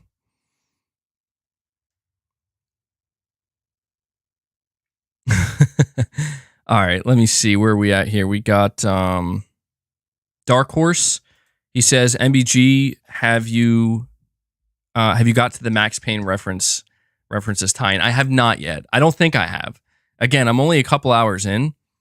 But I'll be looking out for that, man. I can't wait to see what it's so funny that they have what's his name? James McCaffrey. Is that his name? McCaffrey? I think that's his name. But the guy who voices Max Payne, they have him voicing a character, and the character is using Sam Lake's likeness. So it just looks like Max Payne in the game. But yeah, it definitely got me thinking back to Max Payne 3. Oh my God. I really want to see what Remedy does with the Max Payne 1 and 2 remakes. PlayStation Pete with a super sticker. Thank you so much for that, PlayStation Pete. And we have Lucky Raygon, a member for 5 months. He says, same MBG, Final Fantasy 16 is the game that surprised and impressed me the most. Also, yeah, people throw around the word woke too much now for things they don't like. I mean, it just kind of falls into, I understand both sides more often than not. And I don't, I just don't condemn anybody for having some feelings of annoyance from either side, because that happens, man. Like both sides, they push buttons at times. And it's like, well, I get it. It can be frustrating and annoying, but there's also something to be said to try to focus on the good too, because I am a believer, for as cliche or as cringe as it might sound, I am a believer in that. Even in the things that seem the most annoying, there's probably still some good there, at least a little bit. But if the bad outweighs the good, then it's probably time to just walk away. That's all. There's something to be said for just learning to walk away. And I don't think there's anything wrong with that. If anything, I think that's the more reasonable thing to do. For example, like if in the next Spider-Man game, if they market it in a way where I'm like, what is this? This isn't speaking to me at all. Or maybe like The Last of Us Part 3 is a better example, where it's like, if they do The Last of Us Part 3, and it gets to a point where it's like, I don't know about this. This isn't speaking to me. Just walk away. Whatever. I'm good. Nothing wrong with that. We got Kendall Fire 22. He says the vast majority of games are political. People only call something woke when the politics in the games are things that they don't like / agree with. There's probably some truth to that, Kendall Fire. One thing for me over the years, it's always been about, it's not what it is you want to say. It's how you're saying it. That to me is the key difference maker in all things, where two people can enter a room and have the exact same thought process politically, or not even just politically, but just in general. They could I'll keep it video game related, right? Let's say Xbox. Two people can walk into a room and they both dislike Xbox. And you go and you go up to each person, you ask, so do you like Xbox? Why or why not? And the one person yells or gets really aggressive and is like saying, making blanket statements like, I don't like Xbox because it's trash. And all of their games are trash and everything about it is trash. And they're just being very much almost like hostile, right? And it's like, okay, you definitely got your point across, where it's like, I hear you. You really don't like Xbox. And then the next person you talk to, you ask them the same question and they proceed to talk calmly and give you like a list of reasons that, well, I don't like Xbox because I'm not a fan of how they handle their studios, or I'm not a fan of the type of games they made. I feel like maybe they've put too much focus on games that, don't have the highest quality, whatever it might be. But it's like, that person is likely going to be heard by less people, unfortunately, because they're not being exciting. They're not the sore thumb sticking out, and less people are likely going to hear them, but they're probably making the most sense. They're probably the most reasonable. And the person who's yelling and getting hostile is always going, because it evokes a sense of it.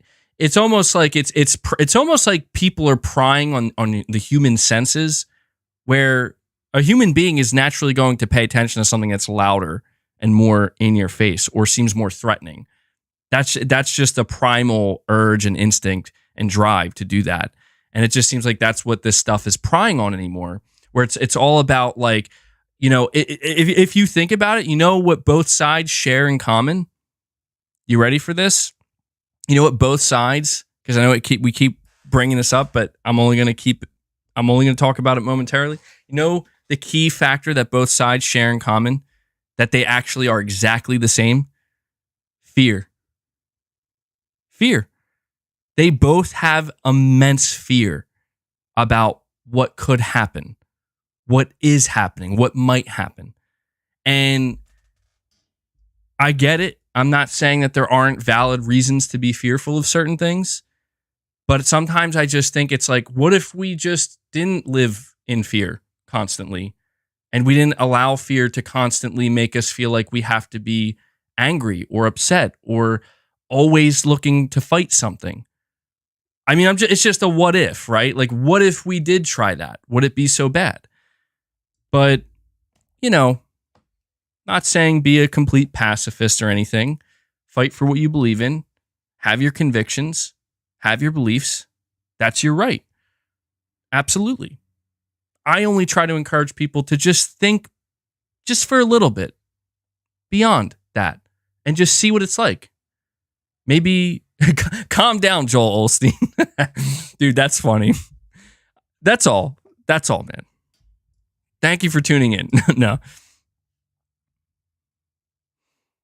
I mean, at the end of the day, here's what you could tell people though, right? When all else fails, you could just turn to somebody and say, "Did you know the sun is going to consume our planet?" Yeah. See what they have to say then. You'll shut that conversation down real quick. Yeah, the sun's going to consume our planet. No, and that's not a global warming statement either. Like, no, like in enough time, the sun will expand and it will consume our planet. Nothing we can do about it. We may have actually says that is false. Well, you know what?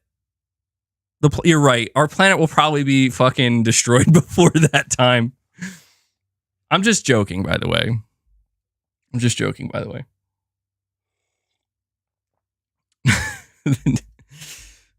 Yeah, we will all be long gone by then. All right.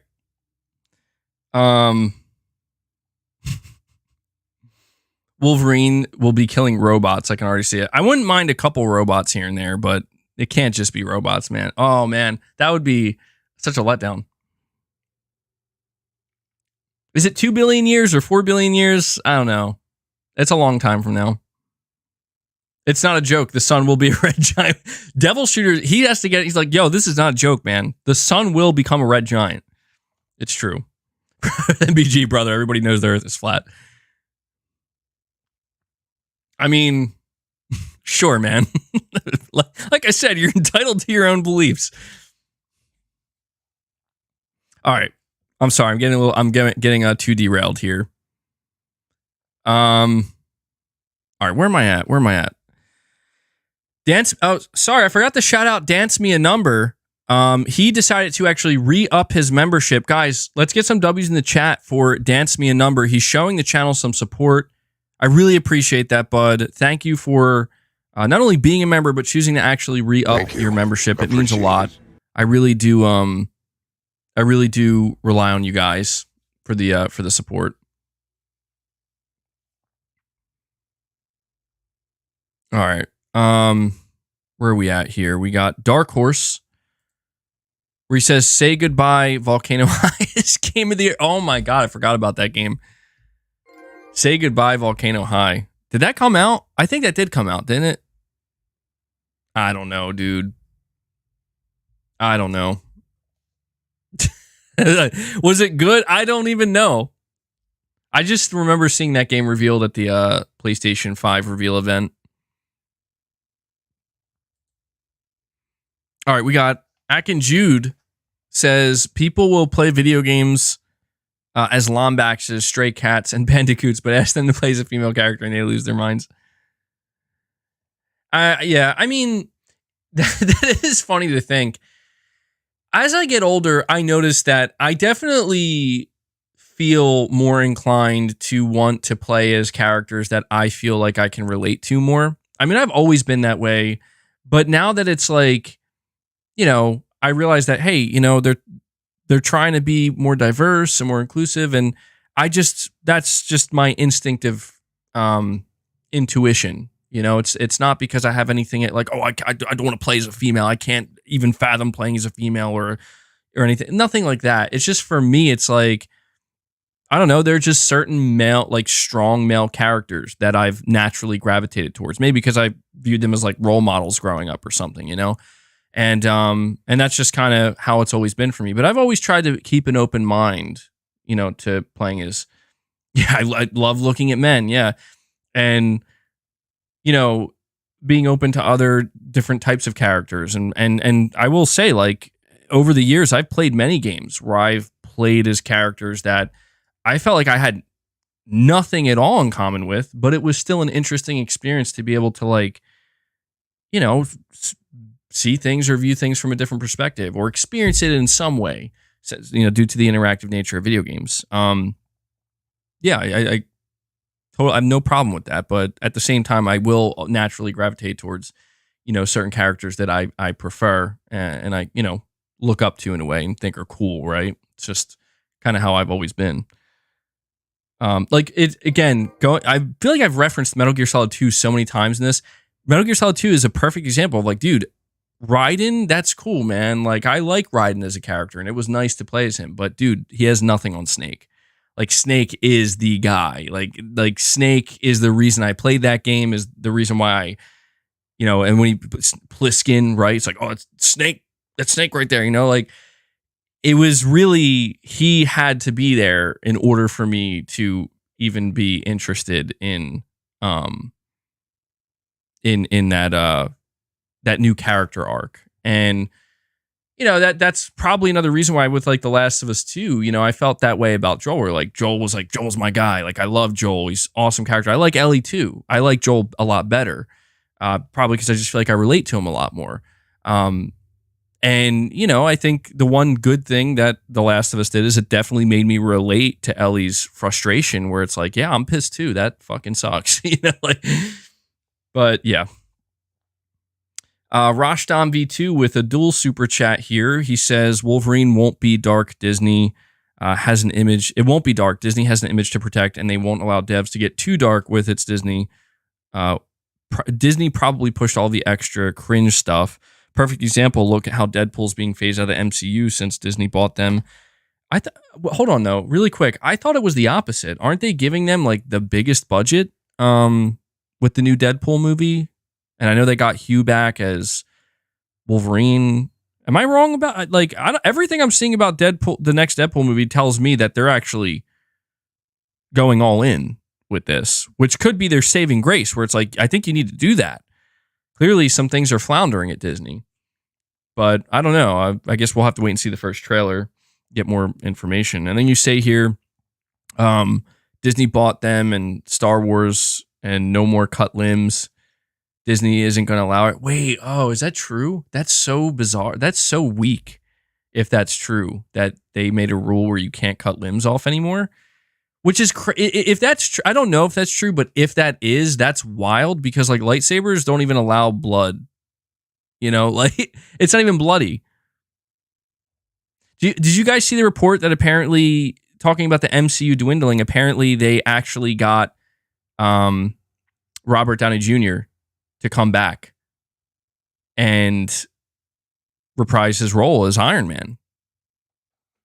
That's been a report that's been circulating. Apparently it's true. Pretty crazy if true, because it's like, if they're doing it, dude, if you know how much money they probably had to pay that man to say yes to that. I mean, it's a sign of desperation, but it's also kind of cool, because it's like, I loved Robert Downey Jr. as Iron Man. Who didn't? Like, for all of the stuff that's going wrong in the MCU, everything they're doing to set up the new Avengers movies actually sounds incredible, frankly. From what I don't follow it that closely, but the stuff I've been reading, just kind of coming across. No, Ironheart. I don't know anything about Ironheart. I have no idea. I don't even know what Ironheart is. Assuming, I think I heard that they were doing, like, a show or something, but I'm not sure. MBG, would you be upset if they turned Solid Snake into a black guy? No, I wouldn't. I mean, it's it's one of those things where it's like, I get why some people don't like the race swapping stuff, because it can be a little bit jarring, where it's like, oh, well, that's different, you know, like, not how it usually is. But I think it can, you know, my whole thing with race swapping is simple. Is it's like, if you're gonna race swap, you have to be okay with it going in any direction. You get what I'm saying? Like, it's a two-way street. Like, you have to be okay with anything going down if that's what we're gonna do. Because I just think, like, picking and choosing, that's weird to me. And again, that's where it's like there's this obsession and fixation on skin color. And it's like, what the fuck does that have to do with anything? Like, yeah, Snake could be a black man. He could be a Asian man, a Latino. It doesn't matter. Like, dude, they got, who was it that they got that they said was going to play Snake in the movies? Or if they're even making a Metal Gear movie, Oscar Isaac, I think. Well, I don't actually know what is Oscar Isaac. But he looks like he's going to make a great Snake. It's like, best examples when they got Pedro Pascal to play Joel. Right? Like, I did see people saying how like, I don't know, man. They're making Joel Hispanic, right? It's like, well, the only thing I was like, is he going to be convincing as Joel? That was all I cared about. I'm like, is he going to be a believable Joel? And he fucking destroyed that shit, dude. And I'm like, yeah, he's Joel, man. Holy shit, he's Joel. And the same thing with Bella Ramsey as Ellie. Like, I was definitely one of those people where I'm like, dude, Bella Ramsey does not look like Ellie, like in the face at all. Like it was actually difficult for me to see her as Ellie. But at the same time, like it came down, like if she can act and behave and like if she can convince me she's Ellie, that's what matters, looks aside. And she definitely did. I thought she did a great job. Now, the real question for me is with season 2, she's supposed to be older, more mature. That'll be another hurdle. You think The Last of Us show was bad? I enjoyed it. I thought it was good. Actually, you're saying it. No, MBG, Snake should not be a black man. That's what he is. Respect the lore. Well, I think the only person we should, truthfully, I think the only person that should answer that question is Hideo Kojima. He created Solid Snake. If he said, no, Snake shouldn't be a black man because this is how we made him and that's what he is, I'd say, okay, yeah, I respect that. But if he also said, no, it's fine, you can make him a black man, I'd be like, okay, it's fine too. As far as I'm concerned, it should be up to, first and foremost, the creator. But obviously, these things get passed on and they're in the hands of other people. And, I'm always open to just seeing what people want to do. Exley is like, absurd. He already answered that question. Dude, I feel like today there's like a level of hostility in the chat for some reason. There's like a lot of, I don't know, man. We gotta, guys, come on. We gotta rally up here and channel our hatred towards what it really needs to go towards, which is obviously Microsoft and Xbox. Okay? Enough of the political stuff. Enough of we just gotta channel that hate towards Xbox. I'm kidding, of course. Although I will say, yeah, loud noises. I will say though, if you guys wanted to turn it into that instead, that makes me a little bit more comfortable. Sure. Give us a white blade or we riot. Well, that to me is where things do get complicated because it's like, I'll be real with you, man. Like, I cannot imagine a white blade. I can't, it would be, if they did that, I'd be like, okay, let's see. Like, can you convince me your blade? But that's hard for me to imagine. Dude, honestly, the only thing I see when I see Blade is Wesley Snipes. I can't, that's all I see. It's the same thing with like Wolverine, where it's like all I see is Hugh Jackman.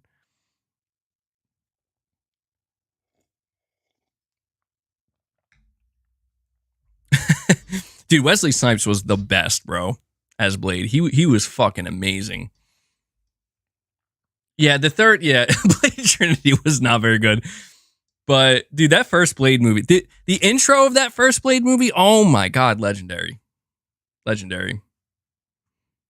That's why apparently the MCU is like not giving the new Blade movie a big budget. And I'm like, come on. That's interesting. Shadow Link says, MBG is a black man. I can't stand race swapping. Well, that's interesting. I appreciate you letting me know. It's good to hear, I think, from that perspective. Absolutely. Kevin Hart is Jin Sakai. Oh man, I would want to see that. I would approve of that just because we gotta see that. Yes, dude, the club scene. Hell yeah. Albino Blade. Oh, that would be going too far, bro. You guys are crazy though. You guys are absolutely crazy. All right, let's see. All right. I see I got a couple more super chats here. We got Victory with a $10 super chat. He says, people are cool with having relationships with aliens, animals, Medusas, and other non-humans, but two human women kissing sets off a firestorm with certain people. Now it's political. Weird times. Listen, man, I'm telling you. Look, I don't mean... I understand that the approach I'm about to take to some people maybe seems like it's just too cliche, or I don't, or it's like I'm too inconclusive. But I'm serious, man. Where it's like, dude, people they hold on to stuff that's like, it would help you so much to just let it go, man. Just release it. Like, just loosen the grip. It's not like it really, like, think about your life. Think about the time you have on this planet and how limited it is, especially in the grand scheme of things. Just let it go, dude. You have to. You have to. It's not worth holding on to. There are things in this world that are worth fighting for. I absolutely believe that. But I also believe that 90% of people are holding on to things that are fucking not worth fighting for, let alone hurting other people for, shitting on other people, physically harming them. It's fucking stupid, man. It's stupid. It is. It's just stupid. And I know that that's humanity, and there's always going to be a war. There's always going to be a battle.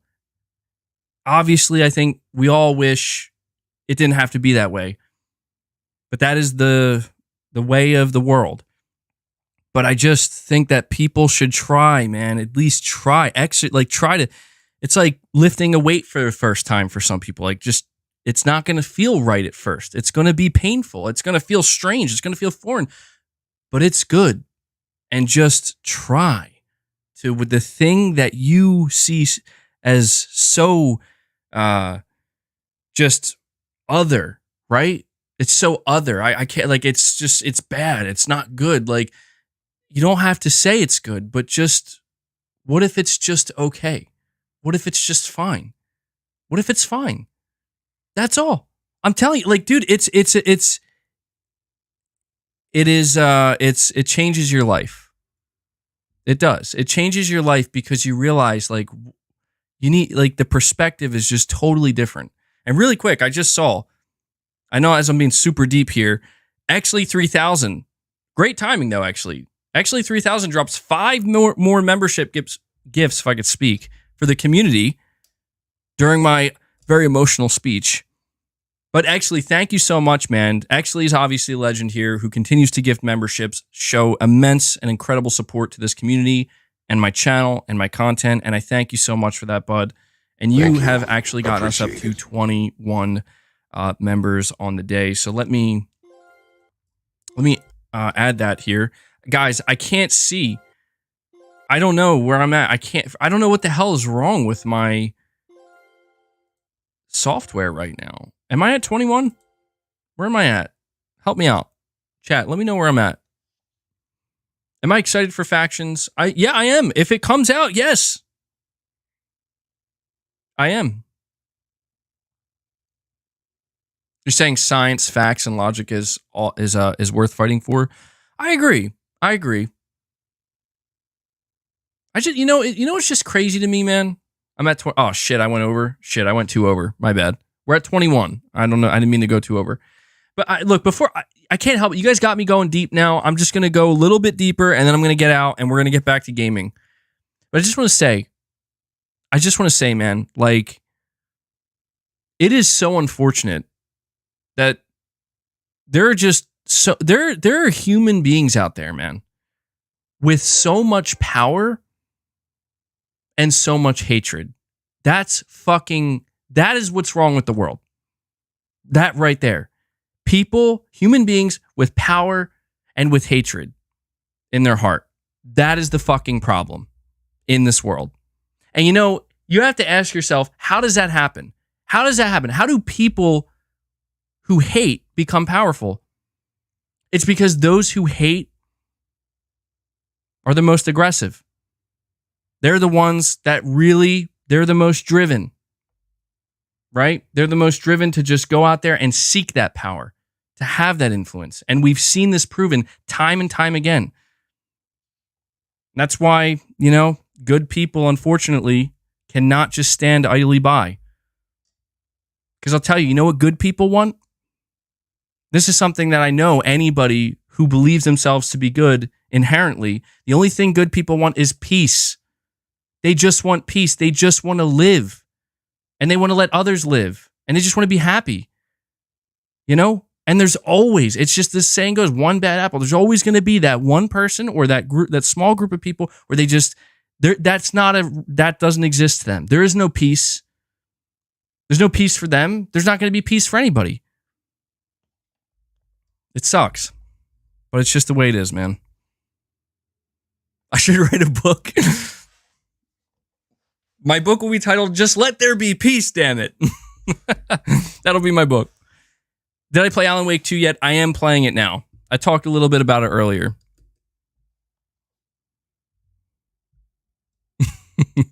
You're saying these talks are part of the MBG experience. Yeah, I mean, it is, man. I love having these types of talks. I know that for some people, they're just here for gaming and they totally tune out. But, I always try to remind people that if you're into these single-player games, even playing like games like Alan Wake, right? Like these deeper, like these are deep thinkers, man. This is why the Metal Gear Solid games are my favorite of all time, because it's like, dude, Kojima is out here like he can't control all the things that are going on in his mind. The level of depth that his mind achieves, and he's like, I got to get this out there. Of course, he's got to do it in a very careful way in the video game medium, but it's like, that's what has always resonated to me. There's just this deep thinkers or convoluted, you decide. Yeah, no, I will say that's the thing. Deep thoughts also invite uncertainty and can lead to a sense of indecisiveness that can certainly feel uncomfortable. But I think it's important because it forces you to ask important questions. Anyway, let's see. Where are we at here? Where are we at? Victory, thank you so much for the super chat. We have Disco Cobra 2013 coming in with a $20 super chat, which is amazing to see. Thank you for that support, man. You're saying, I think most common everyday folk don't like the woke propaganda being spread throughout gaming and entertainment. When they race swap or gender swap, they tend to do it for identity politics, not to further the story. You know what? I think you are right in this sense where, we talk about race swapping and gender swapping, and it's like, I get this feeling that the people who are doing this, I'm not going to group everybody together, because I think that there are, like, that's the thing, is people who are on that side of the spectrum, not the spectrum, but, that side of the fence where it's like, they're extremely progressive, very liberal. I do think that there are a lot of people on that side that are good people. Like, they have good hearts, like they really are not trying to hurt people. I believe it. But I also, just like with all things, I think that there are people who associate themselves with that actually do have some kind of ill intent, even if they don't want to admit it or even if they don't know it. And I do think that sometimes, maybe, again, it happens more often than you think, when you see this type of stuff happening, you get this sense. It's kind of like a sixth sense in a way, where it's like, I almost feel like the person who decided to do this wants to piss people off.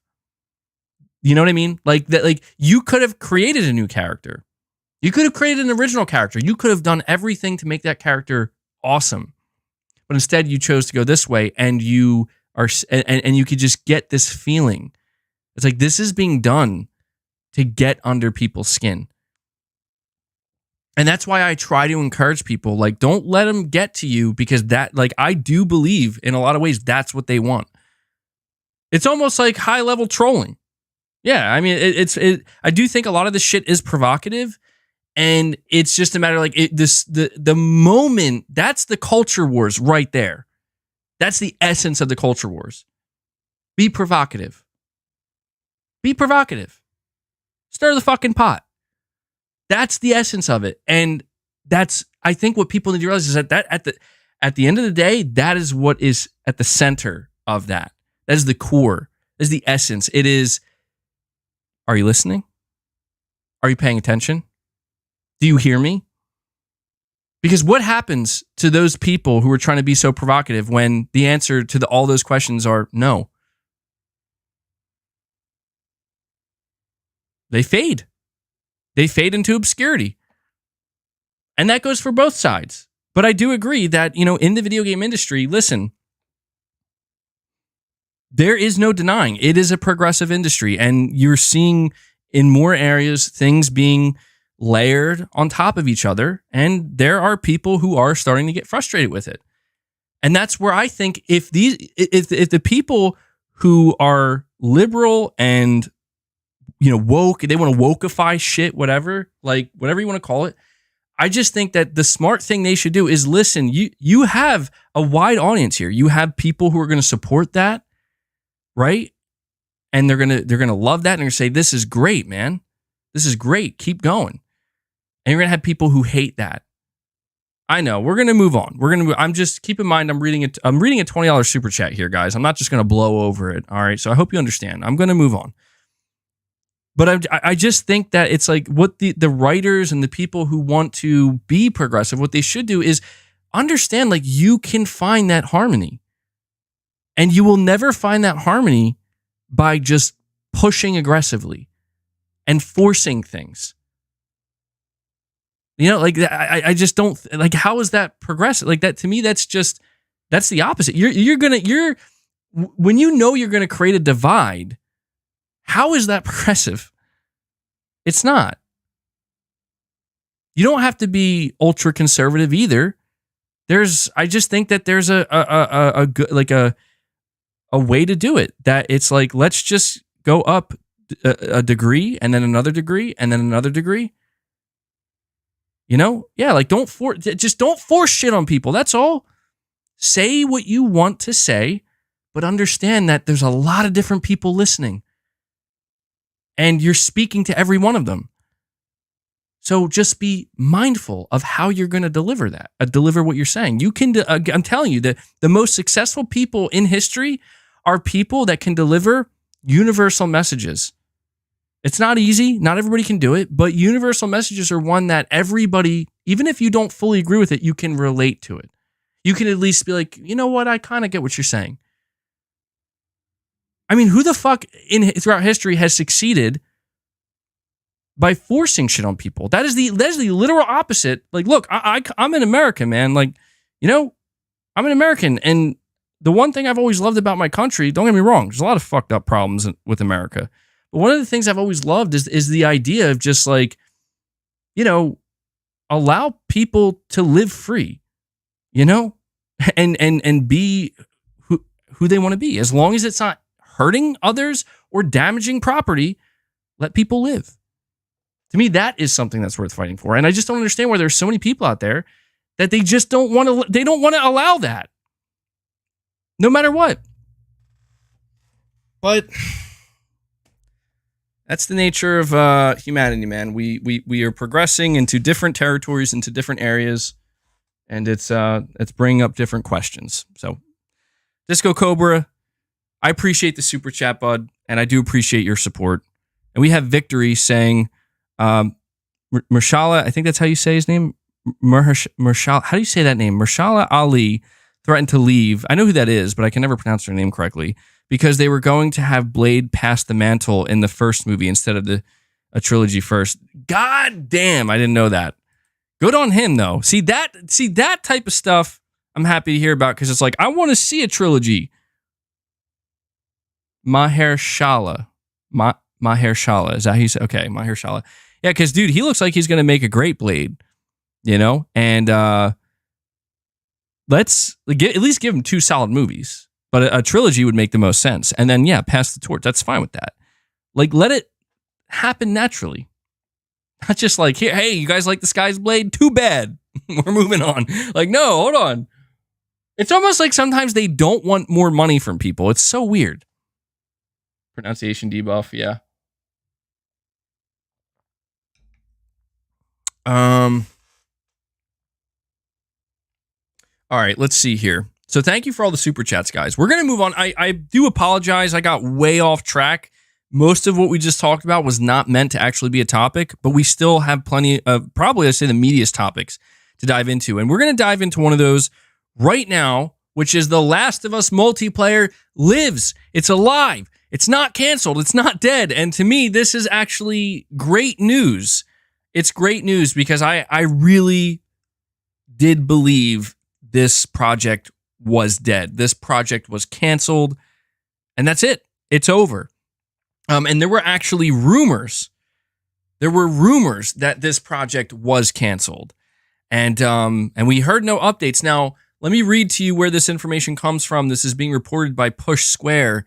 They say, we've been expecting Naughty Dog to officially pull the plug on The Last of Us online multiplayer project at any moment now, but apparently it does still have a small team dedicated to incubating the idea. And the project's game director, who previously hadn't tweeted since the end of August, has provided a small update. As part of a couple of posts about Super Mario Wonder, Vinit Agarwal, I cannot pronounce people's names.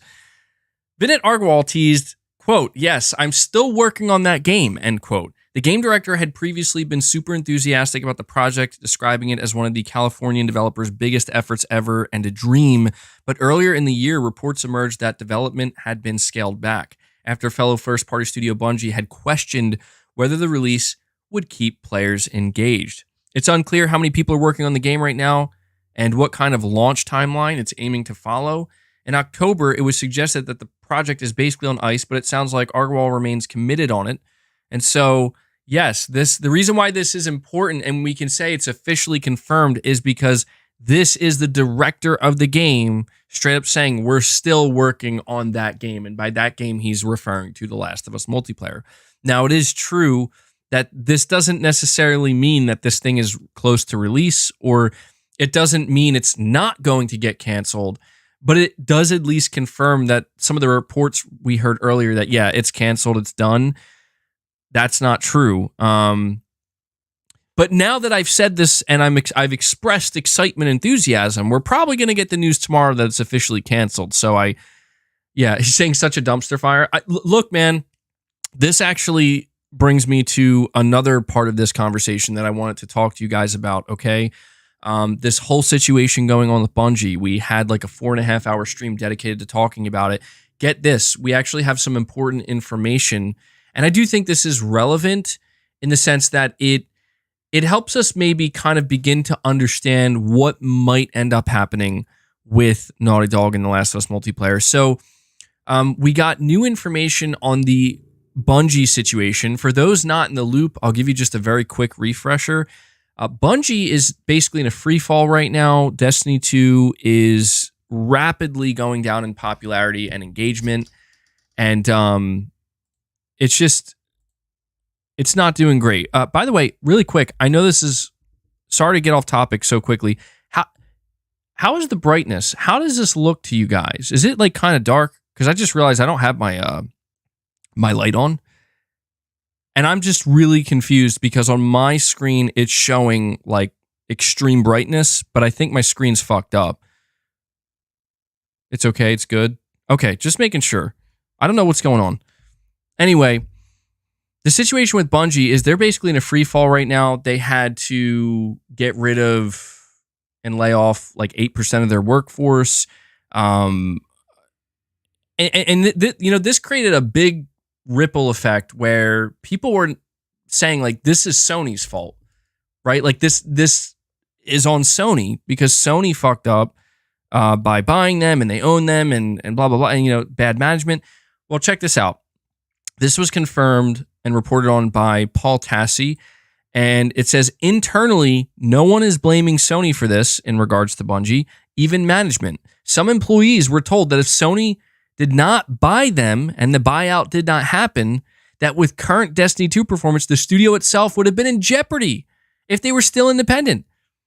So the literal opposite, straight up, according to this, Sony actually saved them, which makes me extremely concerned and makes me ask the question, Sony, did you make a bad purchase here? Because I don't think Sony had that mindset. You're saying they finessed Sony. I mean, I hate to say it, it's starting to seem like that is exactly what happened. Because it's like Sony obviously bought them because they were very enthusiastic. But here's another angle. Here's another angle. Now, this is going to be a pretty nefarious angle. This may make Sony sound kind of bad. And keep in mind, we have no confirmation of this in any capacity. This is purely speculation on my part. But I don't think Sony's stupid. I don't think that Jim Ryan, even though he's clearly made some mistakes, I don't think he's stupid. I don't think that any of the decisions he made were like just very outwardly like, well, that's dumb as hell. Like maybe in the end it'll prove to be, but maybe another angle with this is, and I don't know, maybe at the end of the day, this would actually be stupid, but I'm just trying to think, maybe when Sony bought Bungie, it was never about Destiny or Marathon or their future games. Like they could give a fuck less or couldn't give a fuck less about these games, where they're like, we don't care if these games die.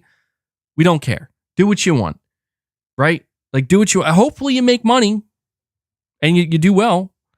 But maybe at the end of the day, it really was just about, we need the knowledge, the skill, the talent, the infrastructure. And if Bungie dies, well, who cares? If Destiny dies, who cares? Because we still got all that, and we're going to put that on our own games.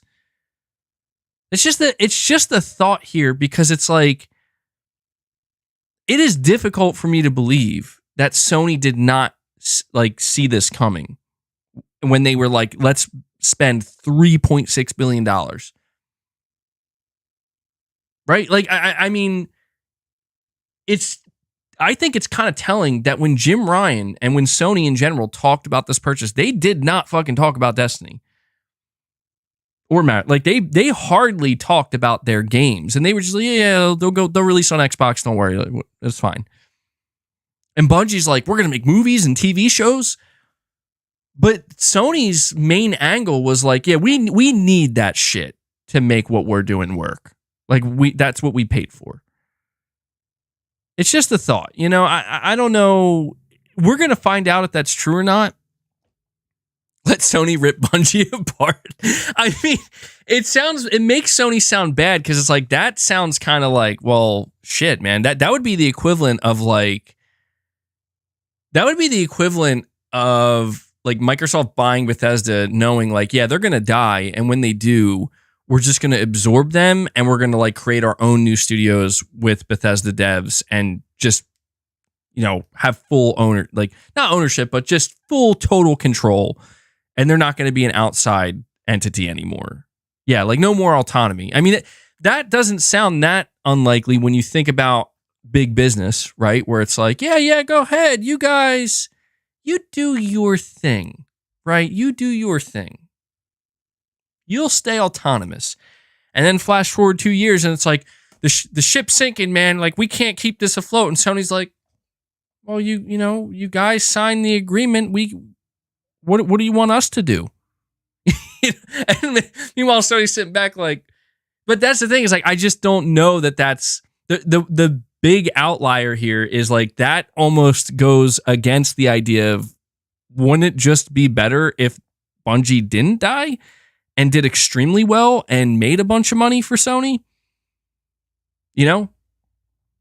But then again, I don't know. If this is a long-term play, short-term losses, long-term gain for PlayStation Studios, that would be a hell of a situation. Actually, you know, Sony kind of did that. Didn't they do that with Firesprite, where Firesprite is basically a newer version of Sony Liverpool? if I'm not mistaken, and that basically happened with that studio where Sony shut them down or something, or got rid of them, and they all formed their own new studio. I don't know. Maybe it's a little bit different, but I wouldn't put it past Sony to kind of have this kind of long-term play in this regard where they're like, yeah, we're only in it for the infrastructure, the knowledge, the skill, the dev talent. We don't care about their games. We don't care about their because like that's the thing is like, who are we supposed to believe is better at managing? Sony or Bungie? I mean, that's a real question I'm asking. Like, who would we consider better at managing? If I had to answer, I'm going to say Sony is way better at managing shit. Like, they're Sony. You know what I mean? Like, they're managed. Look at how they've managed PlayStation Studios.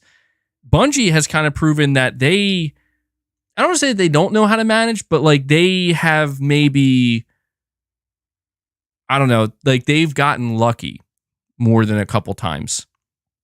And I almost wonder if this play was ultimately Sony betting on Bungie's poor management, and that, I don't know, at the end of the day, it's like, yeah, they'll be fine.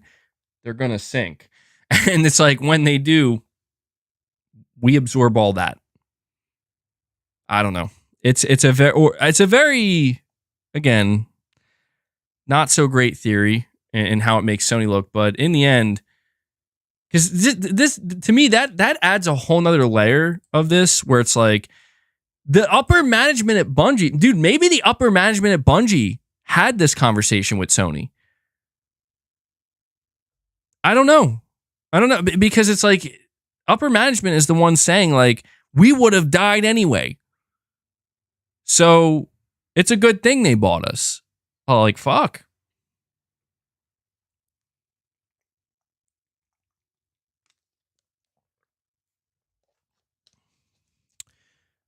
You just got your email saying that they're going to process your payment for a PlayStation. I'm assuming a PS5. Awesome news if true, man. Well, here's what I can say. I am happy to hear that The Last of Us multiplayer is alive. I don't know what that means exactly. I don't know if that means we're going to see it this year, or maybe next year, or maybe it's just like, yeah, it's alive, but it'll just never, like, maybe for The Last of Us 3, 5 years from now or something. I don't know. But I'm just, the fact that it's not canceled says everything to me. It changes everything, because it means that something went wrong, but they are not giving up on it. And I don't want to say that means it's going to be exactly what it was supposed to be, where it's like, think of it like this. If they were developing this game to be a live service, and they were this close to like getting ready to announce it and launch it, and at the last minute, Bungie was like, yeah, this is not going to succeed as a live service. And then Sony got really scared all of a sudden. Because you have to also consider this. Sony had to have been aware. I mean, it would be difficult to believe otherwise. Sony had to have been aware of the situation at Bungie when Bungie evaluated this game. Do you get what I'm saying? Like, Sony could not have been that much in the dark, where it's like they bring in Bungie, who's floundering.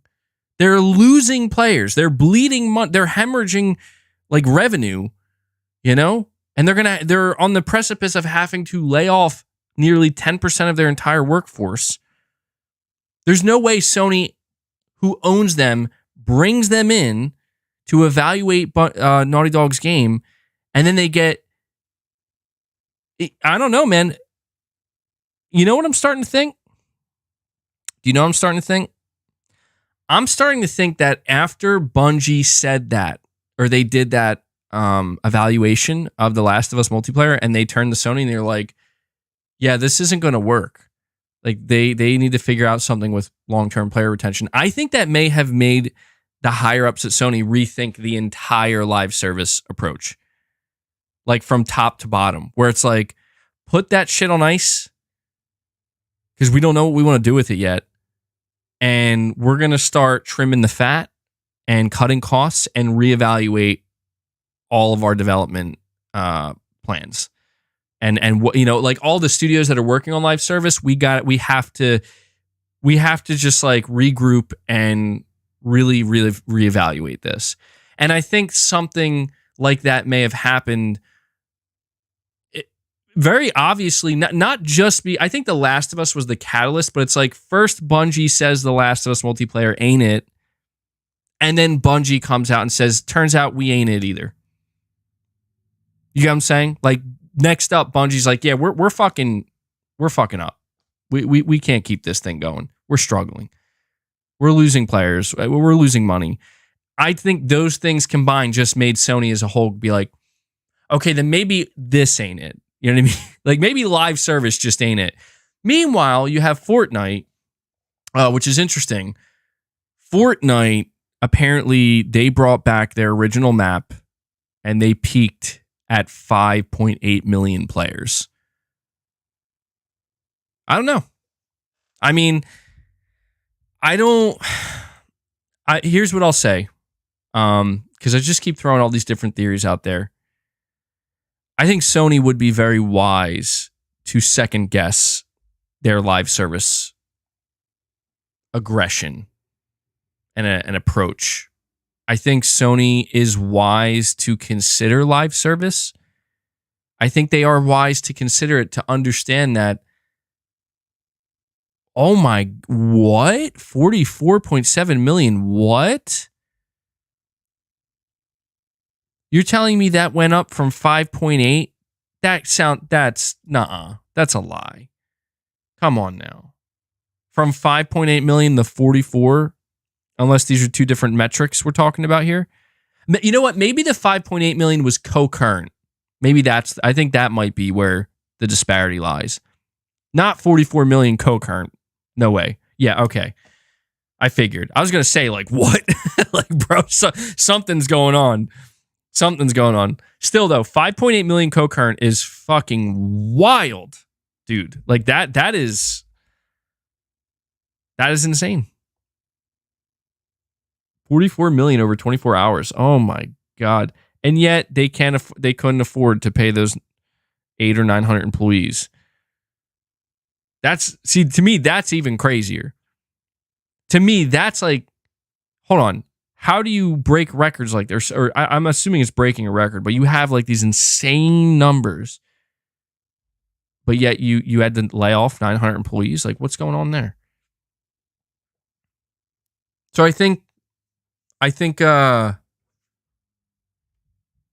would be very wise to take a step back if they are taking a step back, reevaluating their live service approach, and instead just,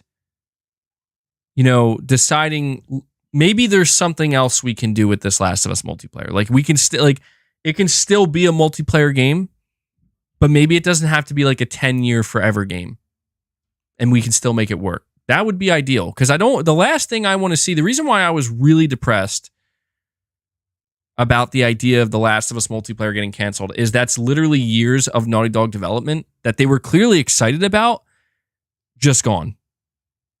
I mean, just completely gone. And again, it still could get canceled. We still are waiting for an update, but they say they need more time. I wanted to point out here that it's worth noting the last official word from Naughty Dog is they need more time. And in the meantime, they're moving on to their next single player game. If I was a betting man, I would place my bets on they moved on to full production of The Last of Us Part 3. And they're going to, towards the end of that development life cycle, take whatever they did with this multiplayer game and put that on. And, I think that's probably what they're going to do. Because when you think about the idea of like, if it is true that they put it on ice and they need more time, or, it could just be that maybe they just need a clear plan first. I don't know. But I'm just happy that it's not dead, because I really had a lot of, like, look, man,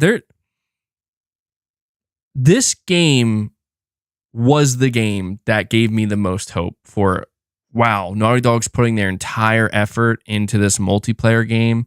They're saying it's going to be bigger and better in some ways than even their single player games, and they really believe in it. They're excited about it. It's something new for them.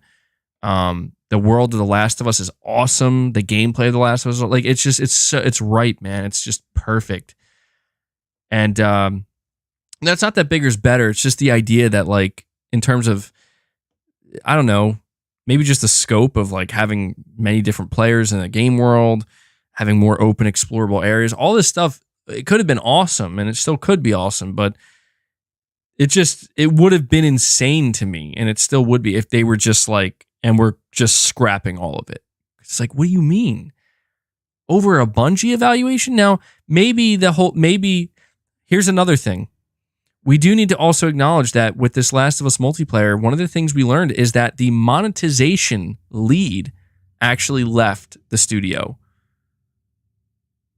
And the QA testers, the contracted QA testers, were also laid off. To me, like when we put all of this together and we cap it off with, you know, the director saying we're still working on it, it tells me that they were ready to launch a live service Last of Us multiplayer game. Like right there, ready to go. And I think I don't know if it was Jim Ryan or somebody above Jim Ryan, they just got this feeling where they're like, we can't do that. We can't do it. Or hold on.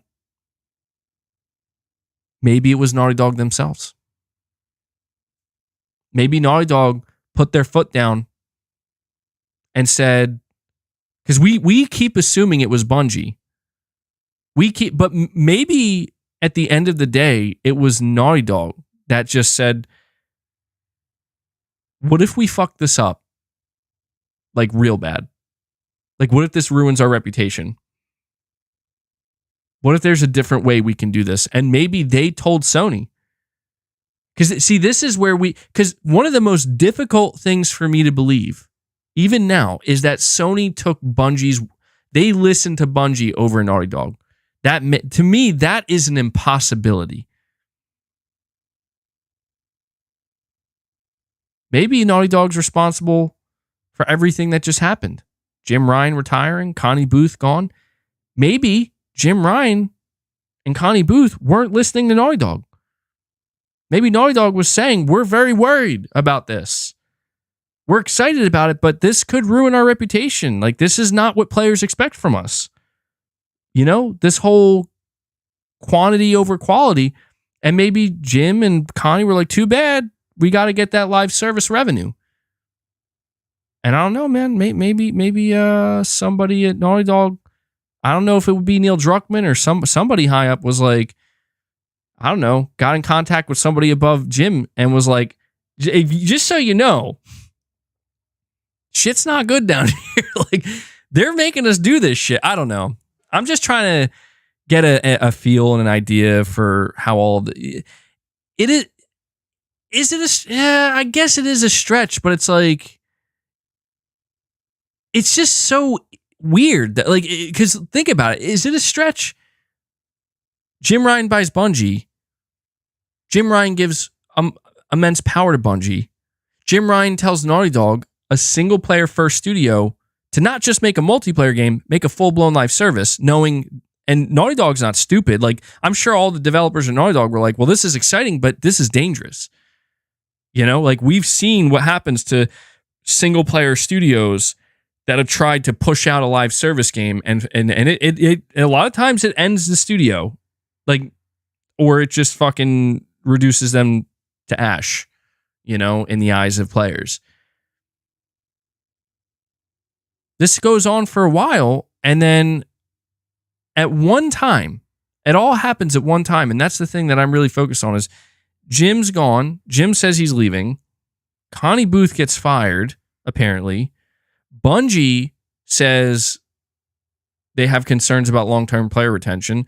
Bungie is in dire straits because they can't keep long-term player retention. And then Naughty Dog says, we're moving on to a single player game, and we need more time for our multiplayer. Everything about this, like, I'm trying to zoom out as much as I can. Everything about this tells me that the studios within Sony, I think they spoke up, man. I think they pushed back. At least some of them, at least Naughty Dog. I think they did. I think they pushed back and they said, you guys are fucking this up. You guys gave Bungie too much power. You're fucking us over. You're making us do shit we don't want to do, and or you're rushing it, or it's just like you're not believing. Like, if it's not what Bungie said it's supposed to be, you guys are questioning us. And I think maybe the higher ups above Jim, Hiroki Totoki, Kenichiro Yoshida, I'm sure others involved, maybe Eric Powell, I don't know. Maybe they caught wind of this, you know, and they're like, these guys are fucking, you know, the current leadership at PlayStation at PlayStation is causing turmoil within our studios, you know, the lifeblood of our brand.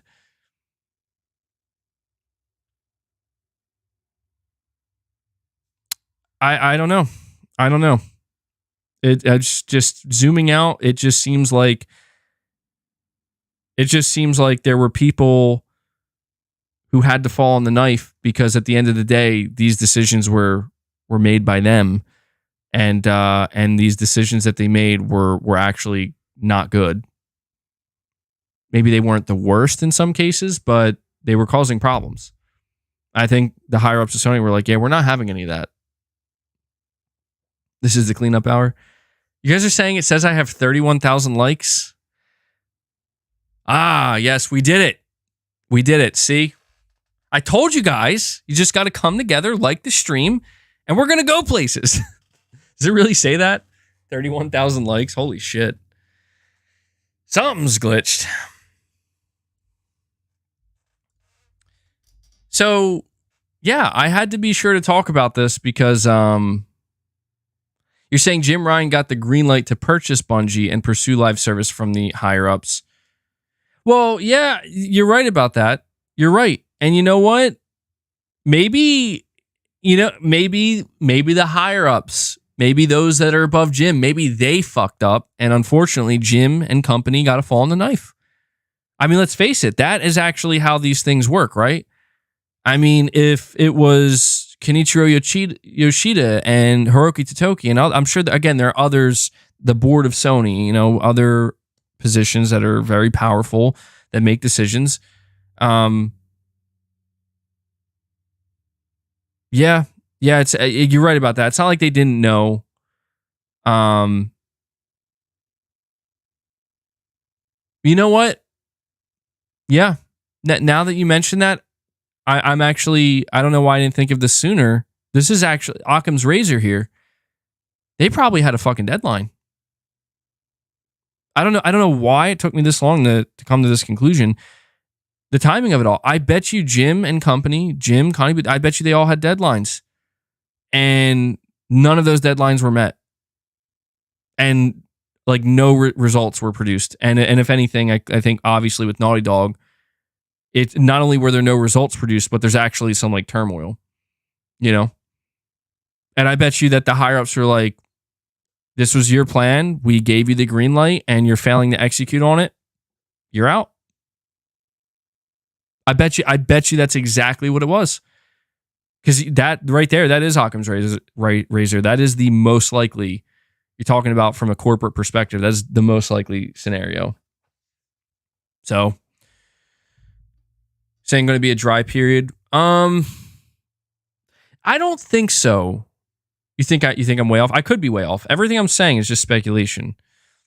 I will say this though, I don't think it's going to lead to a massive dry period. I just think that we may get less single player game. Like we may get a year or two or three where it's like we get one major single player game, and we will get other games from Sony, but they might be the live service games, and some of them might be really fucking underwhelming where it's like, oh my God, what is this?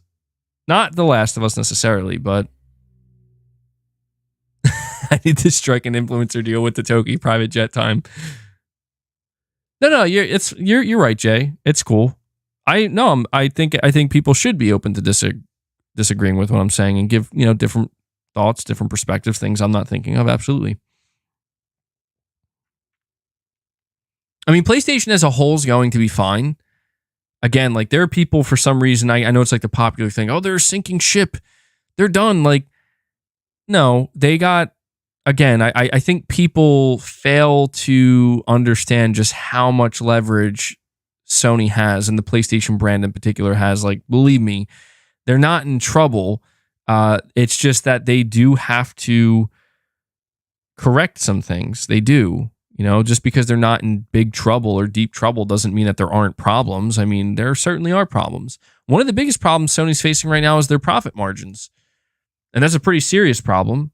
It's not going to sink them unless they somehow make a string of decisions that shrink their profit margins faster, which, maybe that's exactly what was beginning to happen, where they're giving Jim Ryan all this ability to spend all this money. And it's like, Jim, like where's the results? Our profit margins are shrinking year over year underneath you.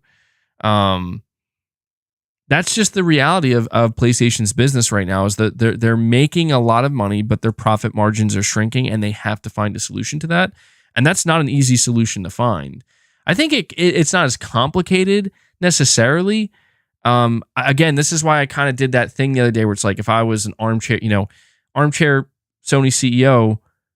No, Jim did have great. That's the thing. Jim had a lot of great results overall, but unfortunately, as time has went on and the years have progressed underneath him, the profit margins were not increasing. They were actually decreasing. And that's the thing, is like Jim's big bet on how to reverse that was the live service games. And it seems to me like maybe Sony was like, Jim, we can't give you another year. Like we know that you believe this is going to work and it's going to reverse, the shrinking profit margins, but we can't go another year where we tell shareholders like our profit margin shrunk another 0.5 or 1%. I mean, that'd be crazy.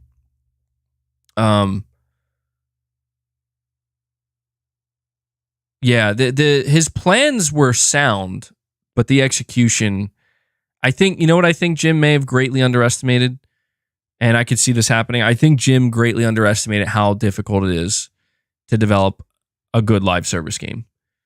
I do. I do think that. I think that actually stems from him not being a gamer. I think that he just, and I can't blame him. He's like, well, we have some of the best studios in the world. Why can't they make a game like GTA Online or Fortnite or, Apex Legends or something? Like if these other studios can do it, surely ours can as well. And it's like, well, I think that's a great level of confidence for Jim to have in his own studios. But it's like at the same time, I think it misses a greater understanding of like, but these studios might be able to produce a good live service, but you're asking like studios, like almost all of them have they like none of them, as far as I'm aware, like almost none of them have any experience in live service. And I just don't. And the idea that like Bungie, this single studio, I know they're big, but this single studio is going to guide every one of them. I don't know. I think the whole thing fell apart. I'll just be real with you. I am fucking dying to know like when Sony's going to show off Concord gameplay. Because it's like, dude, they are refusing to talk about these live service games. They are. And I don't blame them. Dude, do you know how many views that Concord reveal got? Like 150,000. That's nothing. That's like nothing for the PlayStation brand. That's like kind of a joke. I'm telling you. I think Jim, I said it in my last, I don't want to go on this whole tangent again. I said it in my last stream, but I think Jim absolutely bet on the wrong horse. I do. I think he bet on, and I think like the actual proof is everything we've witnessed the past like 8 to 9 months. And I think 2024 is going to hopefully be a lot better. Saying that's Xbox numbers. I mean, that's probably worse than Xbox numbers, dude.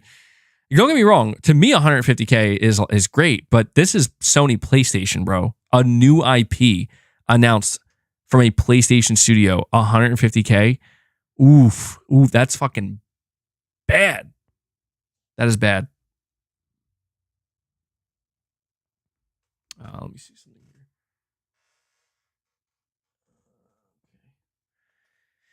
All right. You're saying the proof is in the sales. PlayStation is killing. Well, like I said, that's the leverage. See, that's the thing. It's not, I know, like, people have been leaving comments on my streams being like, it's too doom and gloom. Like, no, man, there is dude, the biggest silver lining is the one that's most important to all of us. It is. And I know I'm not focusing on it as much, probably just because it's pretty simple and it is a fact, but the greatest silver lining is the thing that we care about most is absolutely what Sony has to lean into and rely on. And that is, unless we get another CEO that's really fucking dumb and it's just like, I know the answer, guys. We need to stop caring about our core console audience and pay attention to everybody else outside of it. If they do something like that, it's over. I don't think they will, though. They're not like, that'd be crazy. I think, what the hell is that noise? Sorry, I'm just hearing like a door slam. Like, what is going on out there?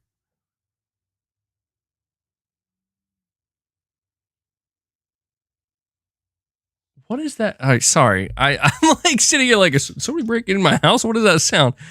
Actually, yeah, dude, it's fucking Xbox assassins. They're coming for me, bro. The ghost letting you know he's there. It's all good. I realize it took me a good minute there, but I realized what it was. We're all good now. It should have taken that long, but man, it took longer than it should have. It's all good. Aaron Yogurt with a super chat. He says, Final Fantasy 16 is awesome, but so long. 62 hours in and still on 80%. Gameplay really should have allowed more than 3 dominant powers or more than 3 abilities. Dude, 62 hours in and still at 80%. That's, yeah, I was there with you, man. I was there with you. I don't know if I mean, I get what you're saying about the 3 dominant powers. It would have been nice to be able to use more at one time, but I didn't really mind it too much. But as I said, Aaron, I think Final Fantasy 16 might end up being my game of the year. I want to make sure I finish Alan Wake 2 though before locking that in. Spider-Man 2, you know, I as much as I enjoyed Spider-Man 2, I just don't think I could give it my game of the year. Maybe if Final Fantasy 16 didn't come out and I didn't play it, maybe I would say Spider-Man 2. But Final Fantasy 16, dude, those boss battles are absolutely legendary. Like, absolutely mind-blowing, man. I mean, some of the boss battles in Spider-Man 2 were really good too and fun, but I'll be real with you right now, like, they're not comparable to the battles that you experience in Final Fantasy 16. But Final Fantasy 16 was also not perfect. It did have some issues, mainly with like the side quests and side content and stuff like that. But Aaron, I do appreciate the super chat, man. Very kind of you. And so I think this is where we're going to end this topic. I do have a few other things to talk to you guys about. The next topic I want to move on to talks about the PS5 Slim and how the teardowns for this new Slim console are beginning. I have a write-up here from WCCF Tech. They say the very first PS5 Slim teardown video has been released comparing sizes, showing internals, temperatures, power consumption, and more. Some days ago, we reported on several new pictures of Sony's new PS5 model showing the console's ports and rather cheap-looking matte/glossy hybrid side panels, courtesy of known YouTuber Dave2D, and I also think Linus Tech Tips. We now have an actual teardown video of Sony's new PS5 hardware model. In the video, the current PS5 model is compared to the new Slim model, showing a clear difference in exterior size, but also a comparison of the internals. Interestingly enough, the video also compares the temperature of both models following an 8-hour stress loop. The result is between 62 and 64 degrees for the new PS5 PS5 Slim model and 60 to 63 degrees for the old current model. So really not a major difference. Really not a major difference there in the temperature. It says here power consumption is also measured, showing a somewhat higher power consumption for the new Slim model in Spider-Man 2, Astro's Playroom, and Death Stranding. In addition, the teardown shows the toolless disc slot removal. Don't expect a deep dive teardown, and we can imagine that some won't like the video. I did watch this video from Dave 2D. I mean, it wasn't like a fully deep dive, tearing everything apart and really measuring everything. I'm sure that'll come later. It says somehow it's able to cool all of this. This is what Dave 2D said, by the way. He said somehow it's able to cool all of this in a smaller system using the same chip. I don't know. Something is not adding up. I feel like there's something I'm missing, but I'm the wrong channel to be coming to. And so, yeah, that's what's going to be kind of interesting to discover. Dave 2D here seems to be kind of perplexed at how Sony is able to, their engineers were able to manage to shrink it down this much. It's offering the exact same power, but yet, okay, boss, come on. I know. You can't decide. Do you want to come up? Do you want to stay down? He seems to be perplexed on how they're able to cool it so much or so well, so effectively, even though it's, it's the same power and everything else. All right. But yeah, how do you guys feel about the PS5 Slim? I mean, the more I see it, I'll be honest with you, like the more I see the PS5 Slim, the more it's kind of winning me over a little bit here, where it's like, maybe it's not as bad as I originally thought it was in terms of how it looks. I still do think that them going with a half gloss, half matte look is weird, but it's not as bad as I originally thought. Also, yeah, you say that the stand is a joke, it being $30. Yeah, that's dumb. But you know what I realized? And I did not think of this the entire time. Do you even need the stand?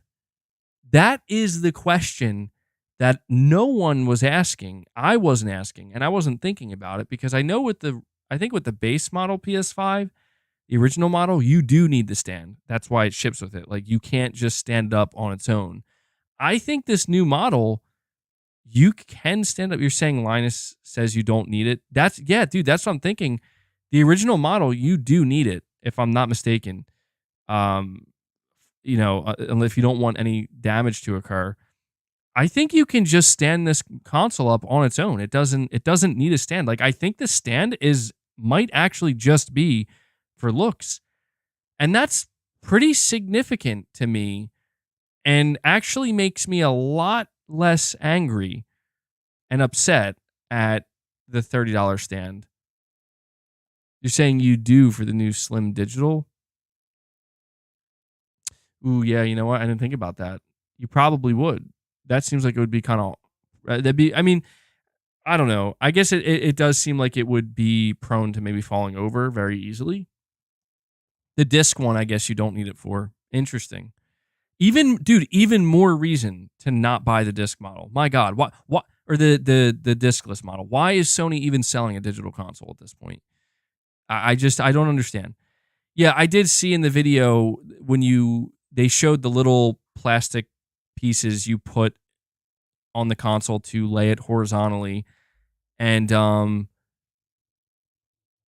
yeah, it's kind of like it gets the job done. I think people are going to overreact to it and be like, "Oh my God," but it's really just, it is weak. It's unexciting. It looks pretty cheap, but I can.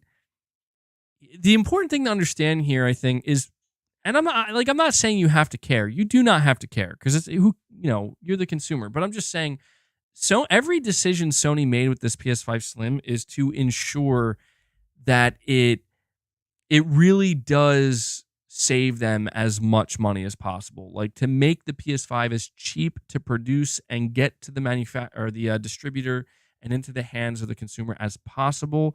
Because one of the things about the base model PS5 that we can safely say is this thing was over-engineered to an extent because it was better safe than sorry. and it uses a shit ton of material, man.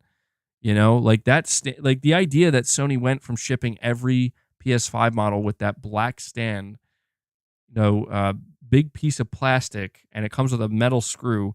Every single PS5 unit shipped with that. Now every single PS5 unit just ships with two tiny little toothpick looking plastic, you know, stands that go underneath it.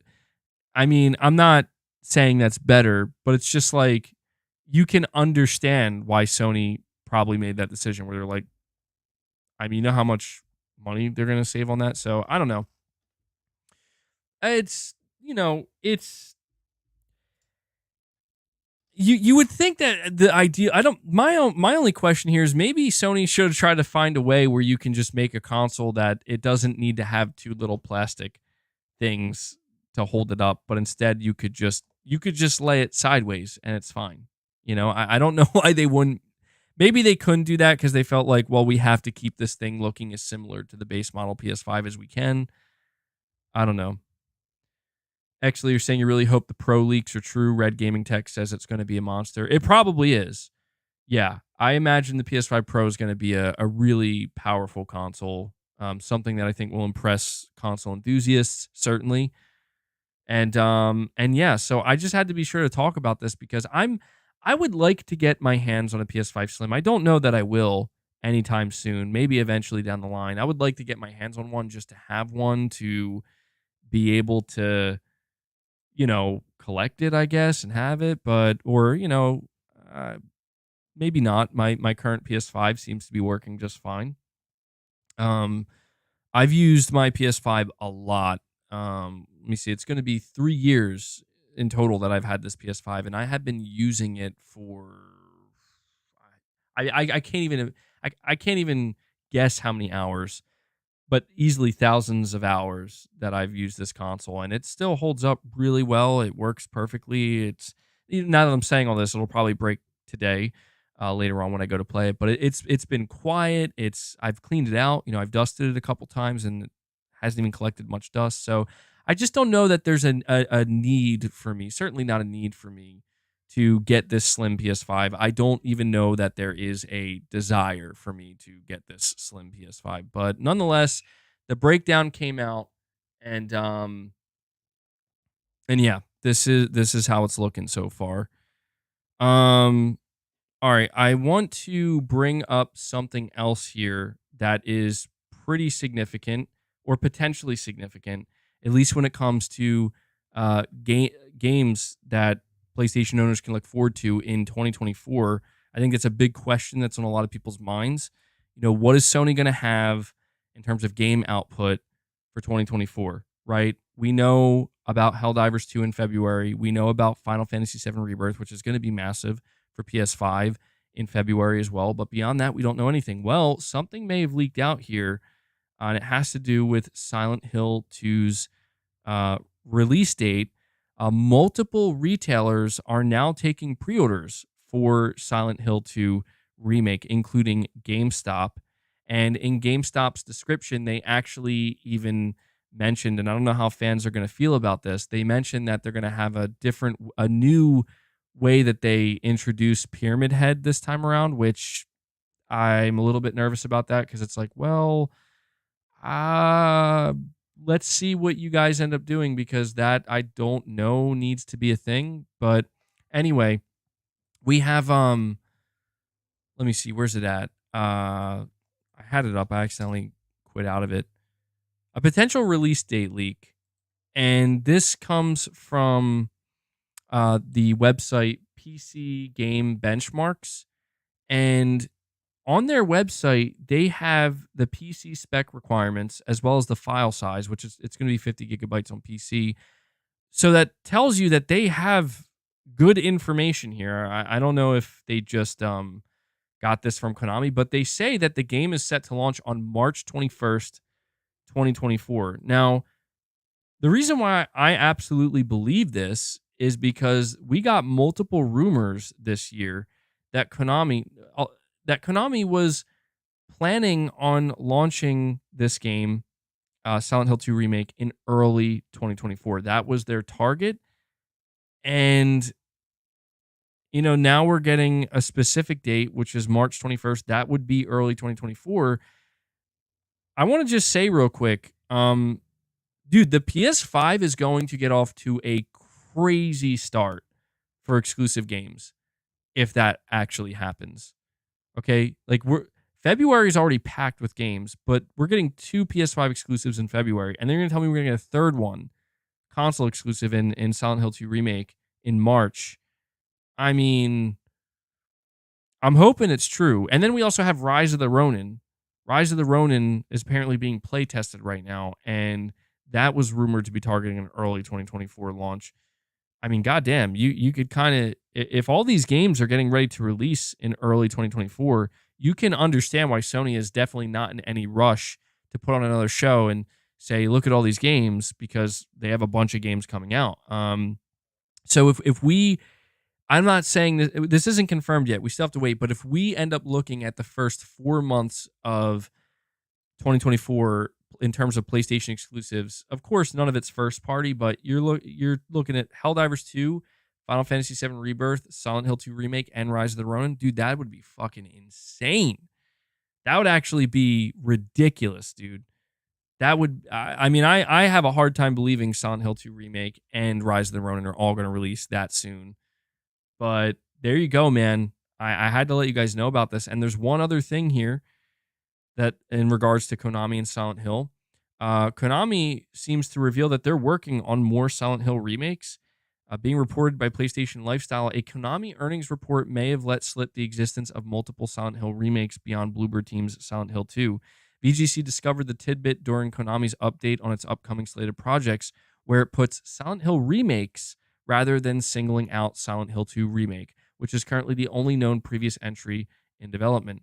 In the update, the quote on future projects, including Metal Gear Solid and Silent Hill, below could be a mistake, but given how little we know of various Silent Hill projects until last year, it's not impossible to believe more remakes could be on the way. And so, yes, this is something that a lot of people were also focusing in on and reading into, making it seem like, was it a mistake? Was it intentional? I don't know. I do not know. But I would believe it. Well, there is one thing here. The only thing that I would have to question is if they are working on more Silent Hill remakes outside of Silent Hill 2, who would they have developing that? Who would be developing that? Like I'm not sure. I guess anybody could be at that point, but I guess the next natural question I want to ask you guys is, which Silent Hill game would you want to see remade next after 2, assuming that Konami's actually working on that? I have one other topic here that's not about Silent Hill or Konami, but I had to tell you guys about this. It does talk about Spider-Man 2 again, but it says here from the Gaming Leaks and Rumors Reddit, Spider-Man 2 game director Brian Intihar teases Daredevil once again. Right before the end of Insomniac's live stream, he just openly says, "Where's Daredevil?" Now, this comes after multiple teases from Brian Intihar that they might be doing something in the DLC with Daredevil, but also in the game, the office where he would be working, his sign was removed. The sign where we're supposed to say his name, and I forget that, what's the name of, I'm drawing a blank, but I think you guys may have seen some of this. And then they brought the sign back, and then Brian Intihar teases us. So guys, it really does seem like they are going to be doing something with Daredevil in in the Spider-Man DLC potentially. And I really wonder what that's going to be, because surely he would have to be playable to an extent, right? Like, would people be okay with the idea of Daredevil showing up and not being playable? I don't know about that. Either way, I'll be interested to see what they do. I have no doubt that Insomniac is going to be announcing Spider-Man 2 DLC not too long from now. And if Daredevil's a part, I think people, I'll be honest, if they get Daredevil as part of the Spider-Man 2 DLC, I think people are going to lose their shit and be like, holy shit, it's Daredevil, a lot of people like that character. I never got too into Daredevil. I don't have a problem with him either. But I'd be interested to see what Insomniac does with them. And there you go. That's basically all of the topics I had for you guys. And so what we can do here is we can just chill for a little bit, talk about anything you guys want to talk about, gaming related or otherwise. I'm just gonna go check to see if there's any if there's anything I'm missing here.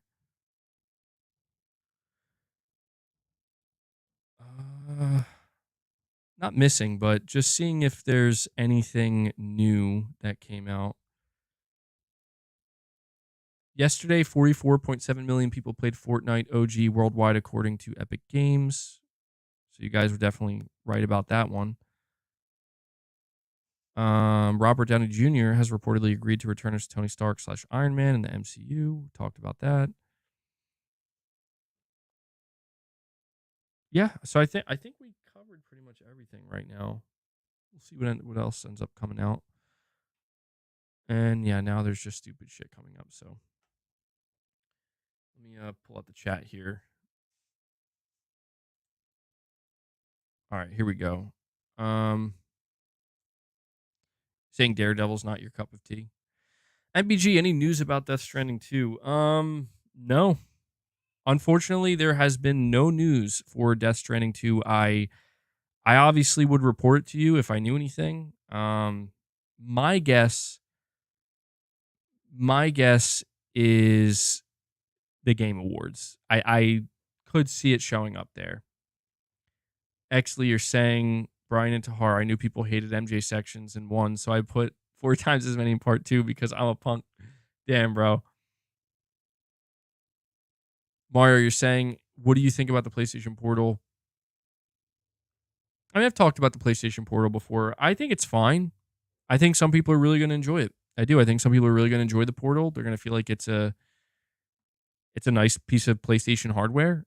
And I think that there's a big hope that this Portal is the first step in Sony slowly finding a way to get back into making like more native handheld PlayStation hardware. So it'll be interesting to see if they end up doing that.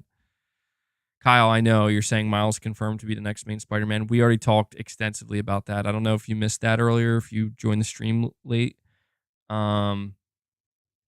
So if you did, just, the stream will be ending shortly here because we've gone through all of our topics. But come back and check that. We had a huge discussion.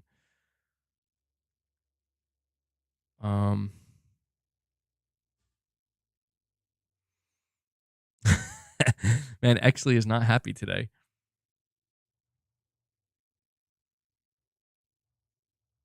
The Portal did sell out in Japan. I think it sold out in multiple territories, man. Will Chris Evans return as Captain America? If it's true that Robert Downey Jr. is returning to the MCU as Iron Man, then yeah, I think Chris Evans will as well. I mean, they're literally like, these actors are actually becoming the Avengers for this universe. Like, they play the Avengers in the MCU, but they're actually turning into the event. Like, they have to come and save the MCU. Straight up. That's what's happening. So I do expect that Chris Evans will return.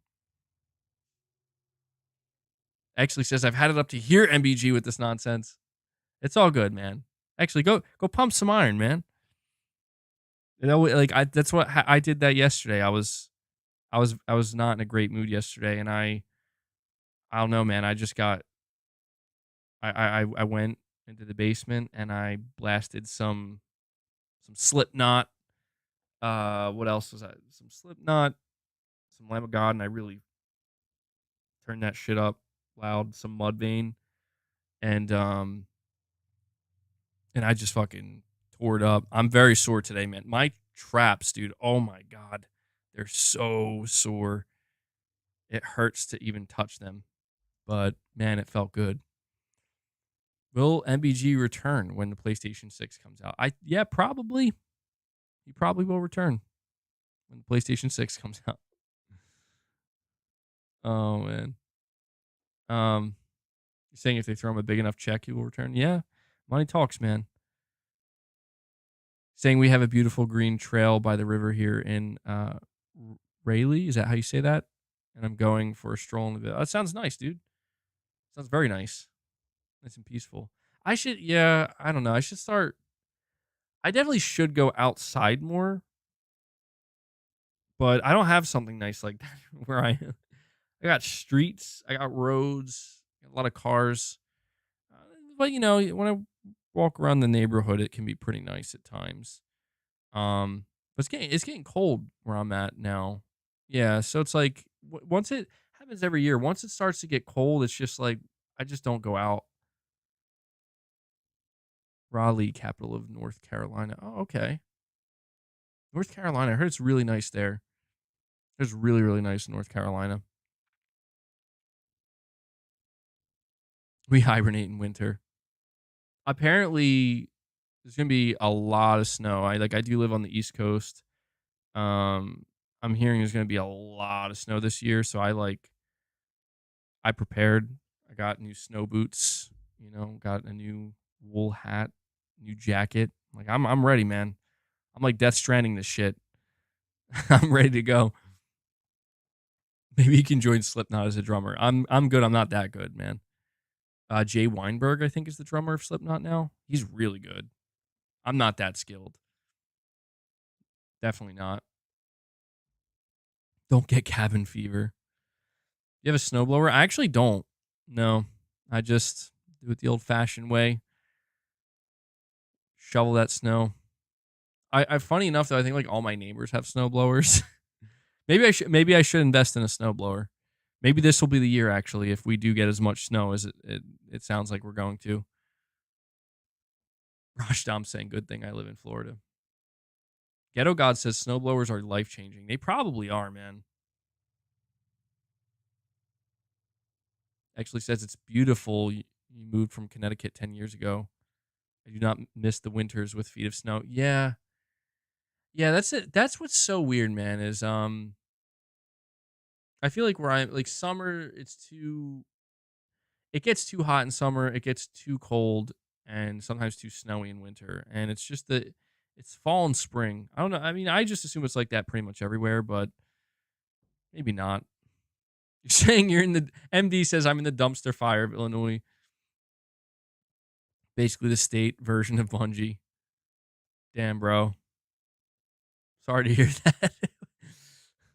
The dumpster fire state. That's so funny.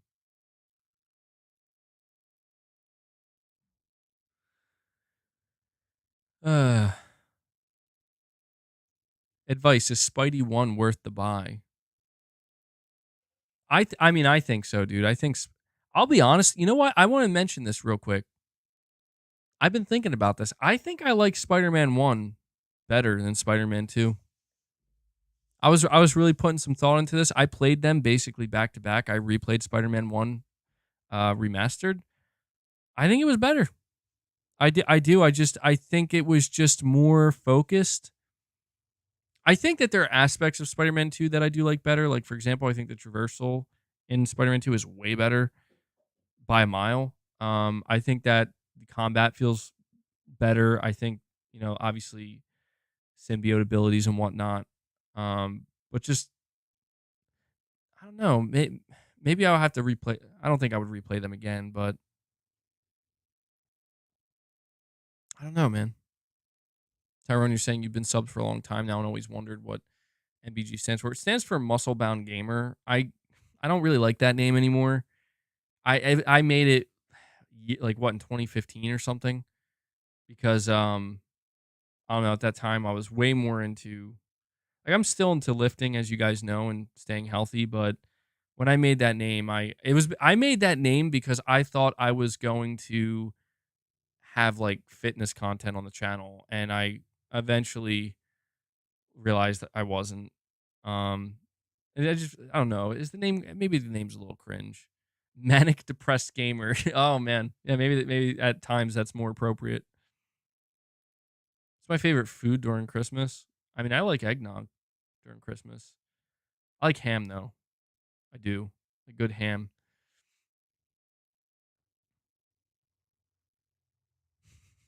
The thoughtful gamer. Yeah, I mean, I know people would people have told me like you could do fitness content on the channel if you wanted. I just, you know what the thing is? I just don't think my passion's there. Like when I made fitness or when I had that intention way back when, I was way more passionate about fitness than I am now. Like I still care about it, but to me it it's not as much, you know, like I just don't have like I just I'm very it would be very basic and boring. And that, you know, I see like all the fitness content out there and I just stopped watching all of it because it just I get tired of it where it's like I mean it's like there's always I don't know, maybe people feel this way about gaming as well. Yeah, I know. I am MBG. I can't change it now.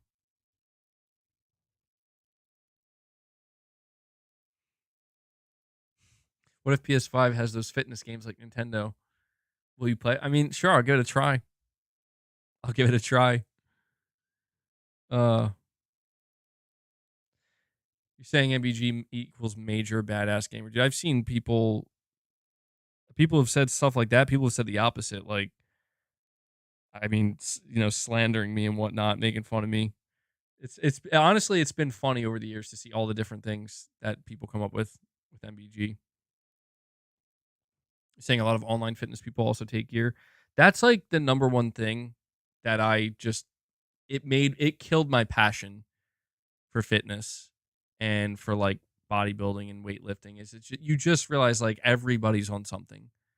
Like everybody's on something. And I just like, can you just not be on something? And it's like, you can, but everybody's on something. And it's like, whatever, man. Fuck that. Like, no offense. It's just, no offense to people. I'm not necessarily judging them. It's just, saying drugs, addiction. I mean, dude, that's the thing. Like, I'm a believer you can get addicted to anything if it makes you feel good. I really believe that. I think anything that makes you feel good, you can get addicted to. And I think that I'm also a believer in the saying that too much of a good thing is a bad thing. I believe in that as well. So, you know, I know that it's like people make, you know, everybody's free to do what they want.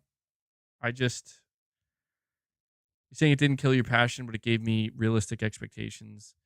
You know, see, here's something I've learned about life so far. It's that, dude, things that are considered healthy, I mean like actually healthy, like things that are genuinely thoroughly good for you, 99% of the time are very boring. And that's why you don't see like that's why everything we're like subjected to, there's like everything has this these layers of complexity, like needless complex, like, you know what I'm saying, where we have to extrapolate like extract, I mean, every single thing we can, when in reality it's like actually going for a walk. Like if somebody like it, if somebody wanted to give good advice, it's like what I'm feeling stressed, you know, and I'm a little bit out of shape. What should you should go for a walk, preferably by, you know, maybe a nice, like by a river or something, you know, by a lake or somewhere nice.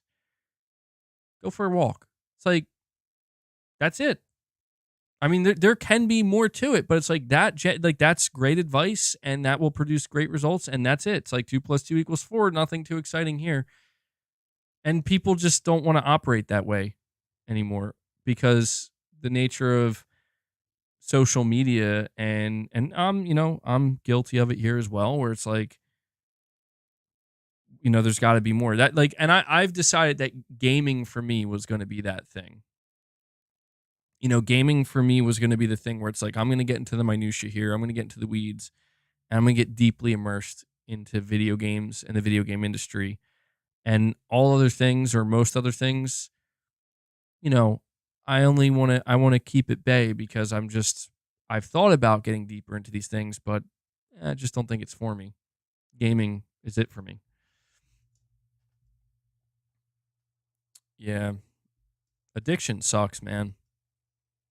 Addiction in any form really sucks. I mean, most prominent addiction is caffeine, but it's also, I think, the most widely accepted, like actual, like, I mean, something that you will definitely get addicted to, and you will feel, uh, you will go through withdrawal of some kind if you just drop it. You're saying I agree, MBG. I hang out with a guy who dropped out of life to focus on gym and looking good. That's to me. That's just. I mean, look. Again, I'm a believer in to each their own, but I, I could.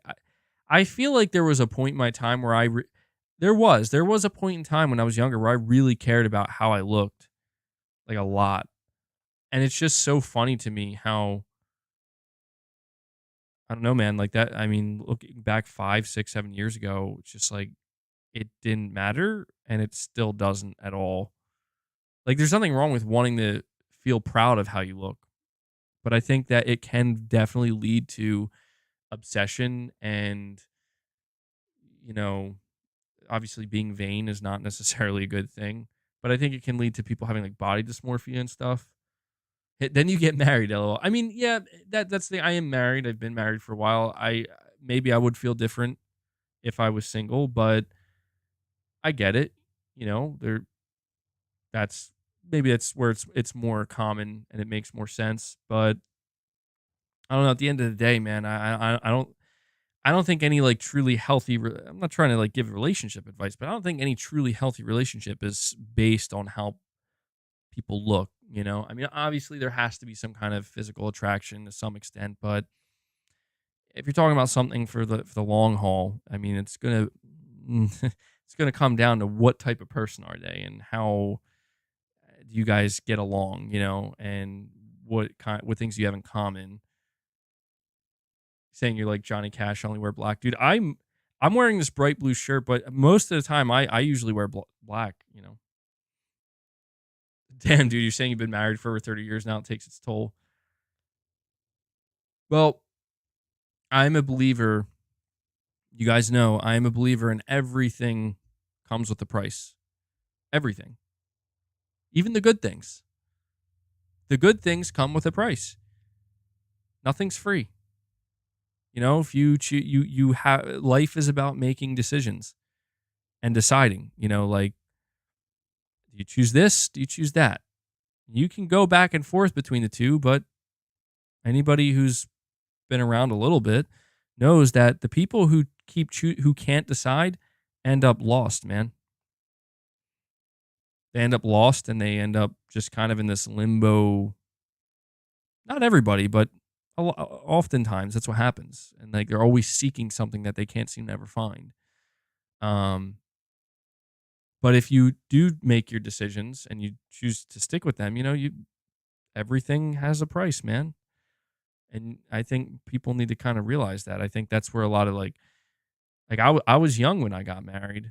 Um, I was 21 when I got married, and there were people at the time telling me, "You think you're too young?" or inquiring, and it's like, "You sure?" It's like, well, here's the thing: my 21-year-old self, I knew, like, I wasn't, I had already been with my wife for a while before that, like a good long time.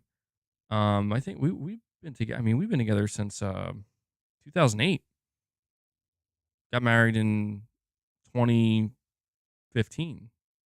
So we were together for a long time before we got married. And that, it was just the easiest decision ever where it's like, yeah, like I'm like there was believe me when I tell you, like there was no overthinking. High school sweethearts, essentially, yeah. Even pre-high school.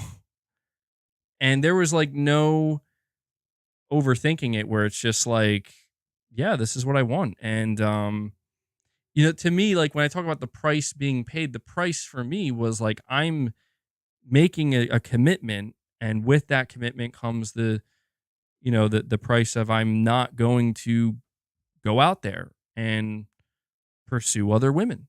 Maybe like when before you're married, before you're engaged, you kind of there's always that. I think for a lot of people, there's always that kind of window where it's like, well, if you want to go do that, you haven't made that commitment yet.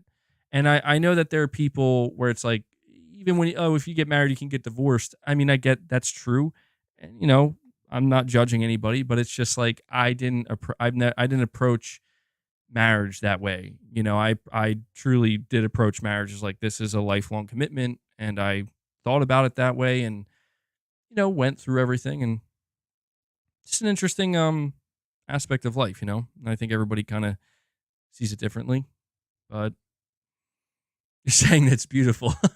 Well, I'm glad you think so. It's nice, I won't lie, it's nice. But one thing I will tell you, I feel like I'm in a position where I could give a little bit of relationship advice. Certainly, one thing I will tell you is that um, being in a committed long term relationship, and especially like if you're entering marriage and you're in it for the long haul, man. I mean, you it requires work, and I think that a lot of people have this misconception that being in love and being in a relationship, it's just only happy moments and only the highs.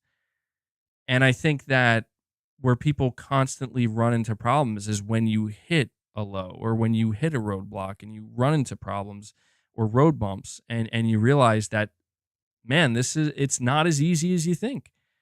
I think that's just a very real part of any deep relationship where it's never as easy as you think. And look, in some ways, I do feel like I have gotten lucky.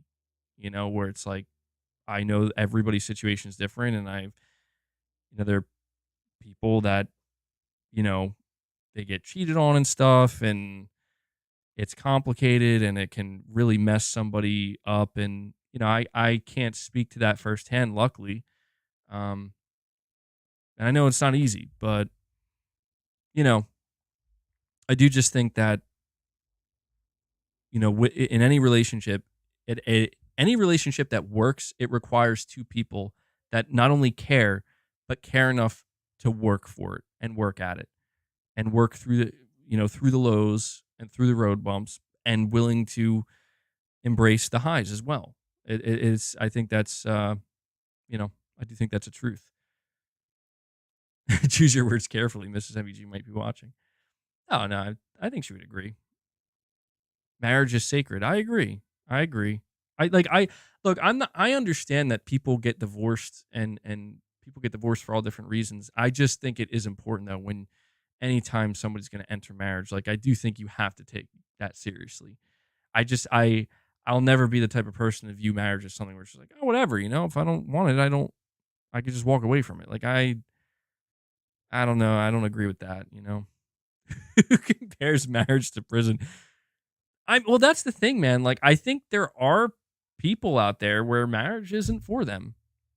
I do believe that. I think that there's just some people where it's like marriage isn't for them, and for some people, it's just about the single life. And I try not to. I mean, it's hard for me not to judge that a little bit because I'm like on the opposite, but at the same time, I understand like to each their own, man. Like, who am I to judge?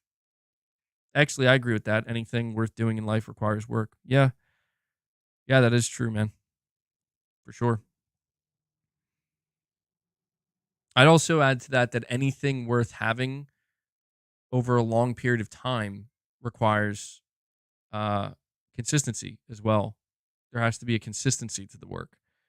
Um, you hear the saying like "don't work harder, work smarter." I think there's that kind of applies to that a little bit, where it's like, you know, sometimes it really isn't the person who's working the hardest, but at the same time, in today's society, that can go many different ways. Like, I think there's something to be said for an honest, hard day's work, right? Like, just doing something that is objectively difficult and exhausting yourself to a point where when you go to lay your head down at night, you're like, yeah, I put the work in today, and I'm gonna enjoy this sleep. There is something about a good, hard, honest day's work.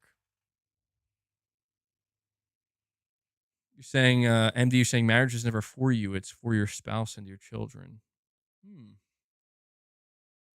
Yeah, I mean, I don't know that I agree with that entirely. Like, it's never for you, but I do get what you're saying, where it's like you are you're entering this commitment for the other person and for if you're going to have children.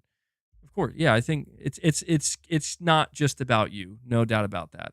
It's not just about the one, In fact, I would say anybody who goes into marriage thinking it's just about them should rethink that, because it's like, well, no, it's definitely not. You're not solo anymore. This is about, two halves of a whole, right? And then kids potentially. Single life rules. Actually, you're saying a saying I like is the hard way is the easy way, meaning cutting corners will in life will bite you in the ass. That's absolutely, dude. I have seen this. I have witnessed this firsthand. That is true. That is true. Like, don't get me wrong. It depends on what kind of corners you're trying to cut. Like, I think that there are some shortcuts you can take and it'll be fine. It's like it's not going to bite you in the ass necessarily, but I think that everybody is meant to learn something and to experience something and to learn from that experience. That's how you grow, right? Like, that's how if we're looking at life like a video game, that's how you level up in life, right?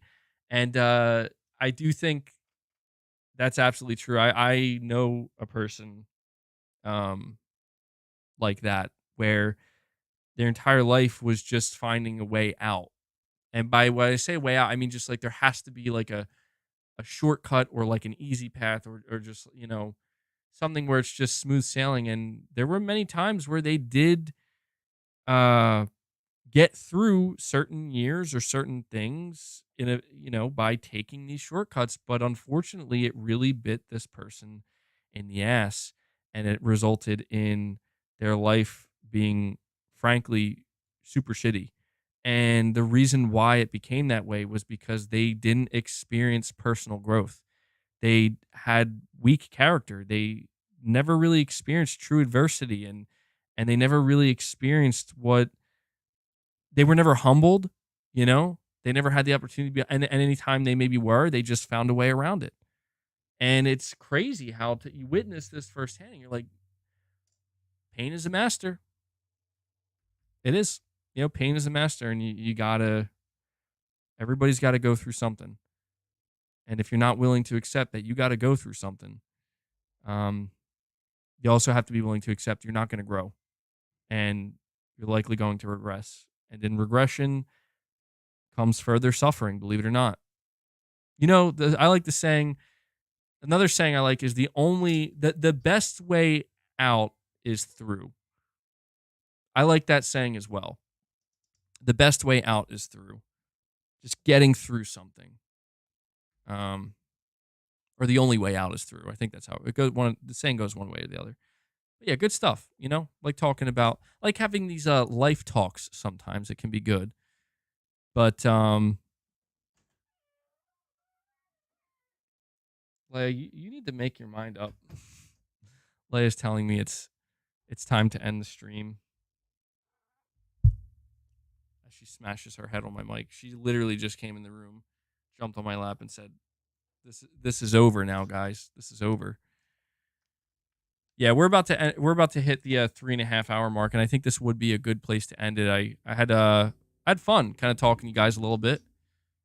Just talking about life. Obviously, we talked all about gaming as well. Excuse me. But yeah, I think this is where I'm going to bring the stream to a conclusion here. And before I do that, I want to do my outro as always. And I want to start by telling you guys thank you so much for all of your continued support. I love being able to stream. I love being able to continue to run the channel.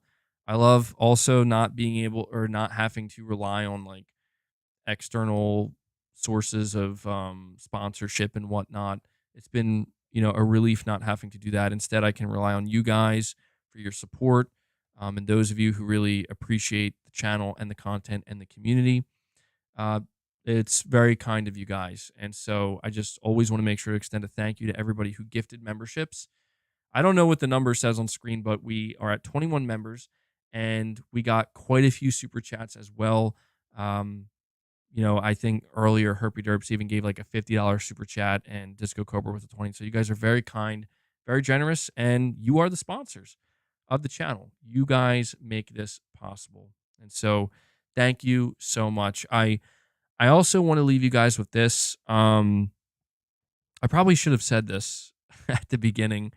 I always do that, but um I'm working things out on the channel in term like it's in flux right now in terms of scheduling. You know, I'm sure you guys noticed like last week I streamed more and didn't really make any videos.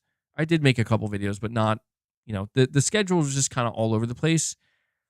Generally speaking, though, you can always kind of rely on the Sunday, Tuesday, Thursday.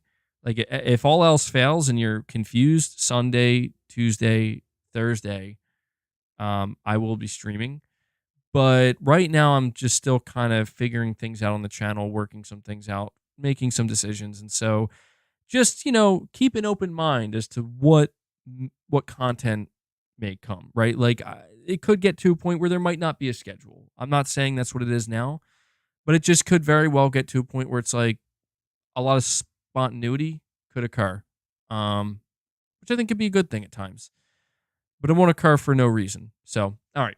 I'll leave you guys with that. One last request, guys. Just hit that like button on your way out. And I also want to give a big shout out to Devil Shooter, who has been doing the timestamps. He's been doing a great job. If you see him in the comments, give him a thank you. And I got to ask you guys one last thing before you leave.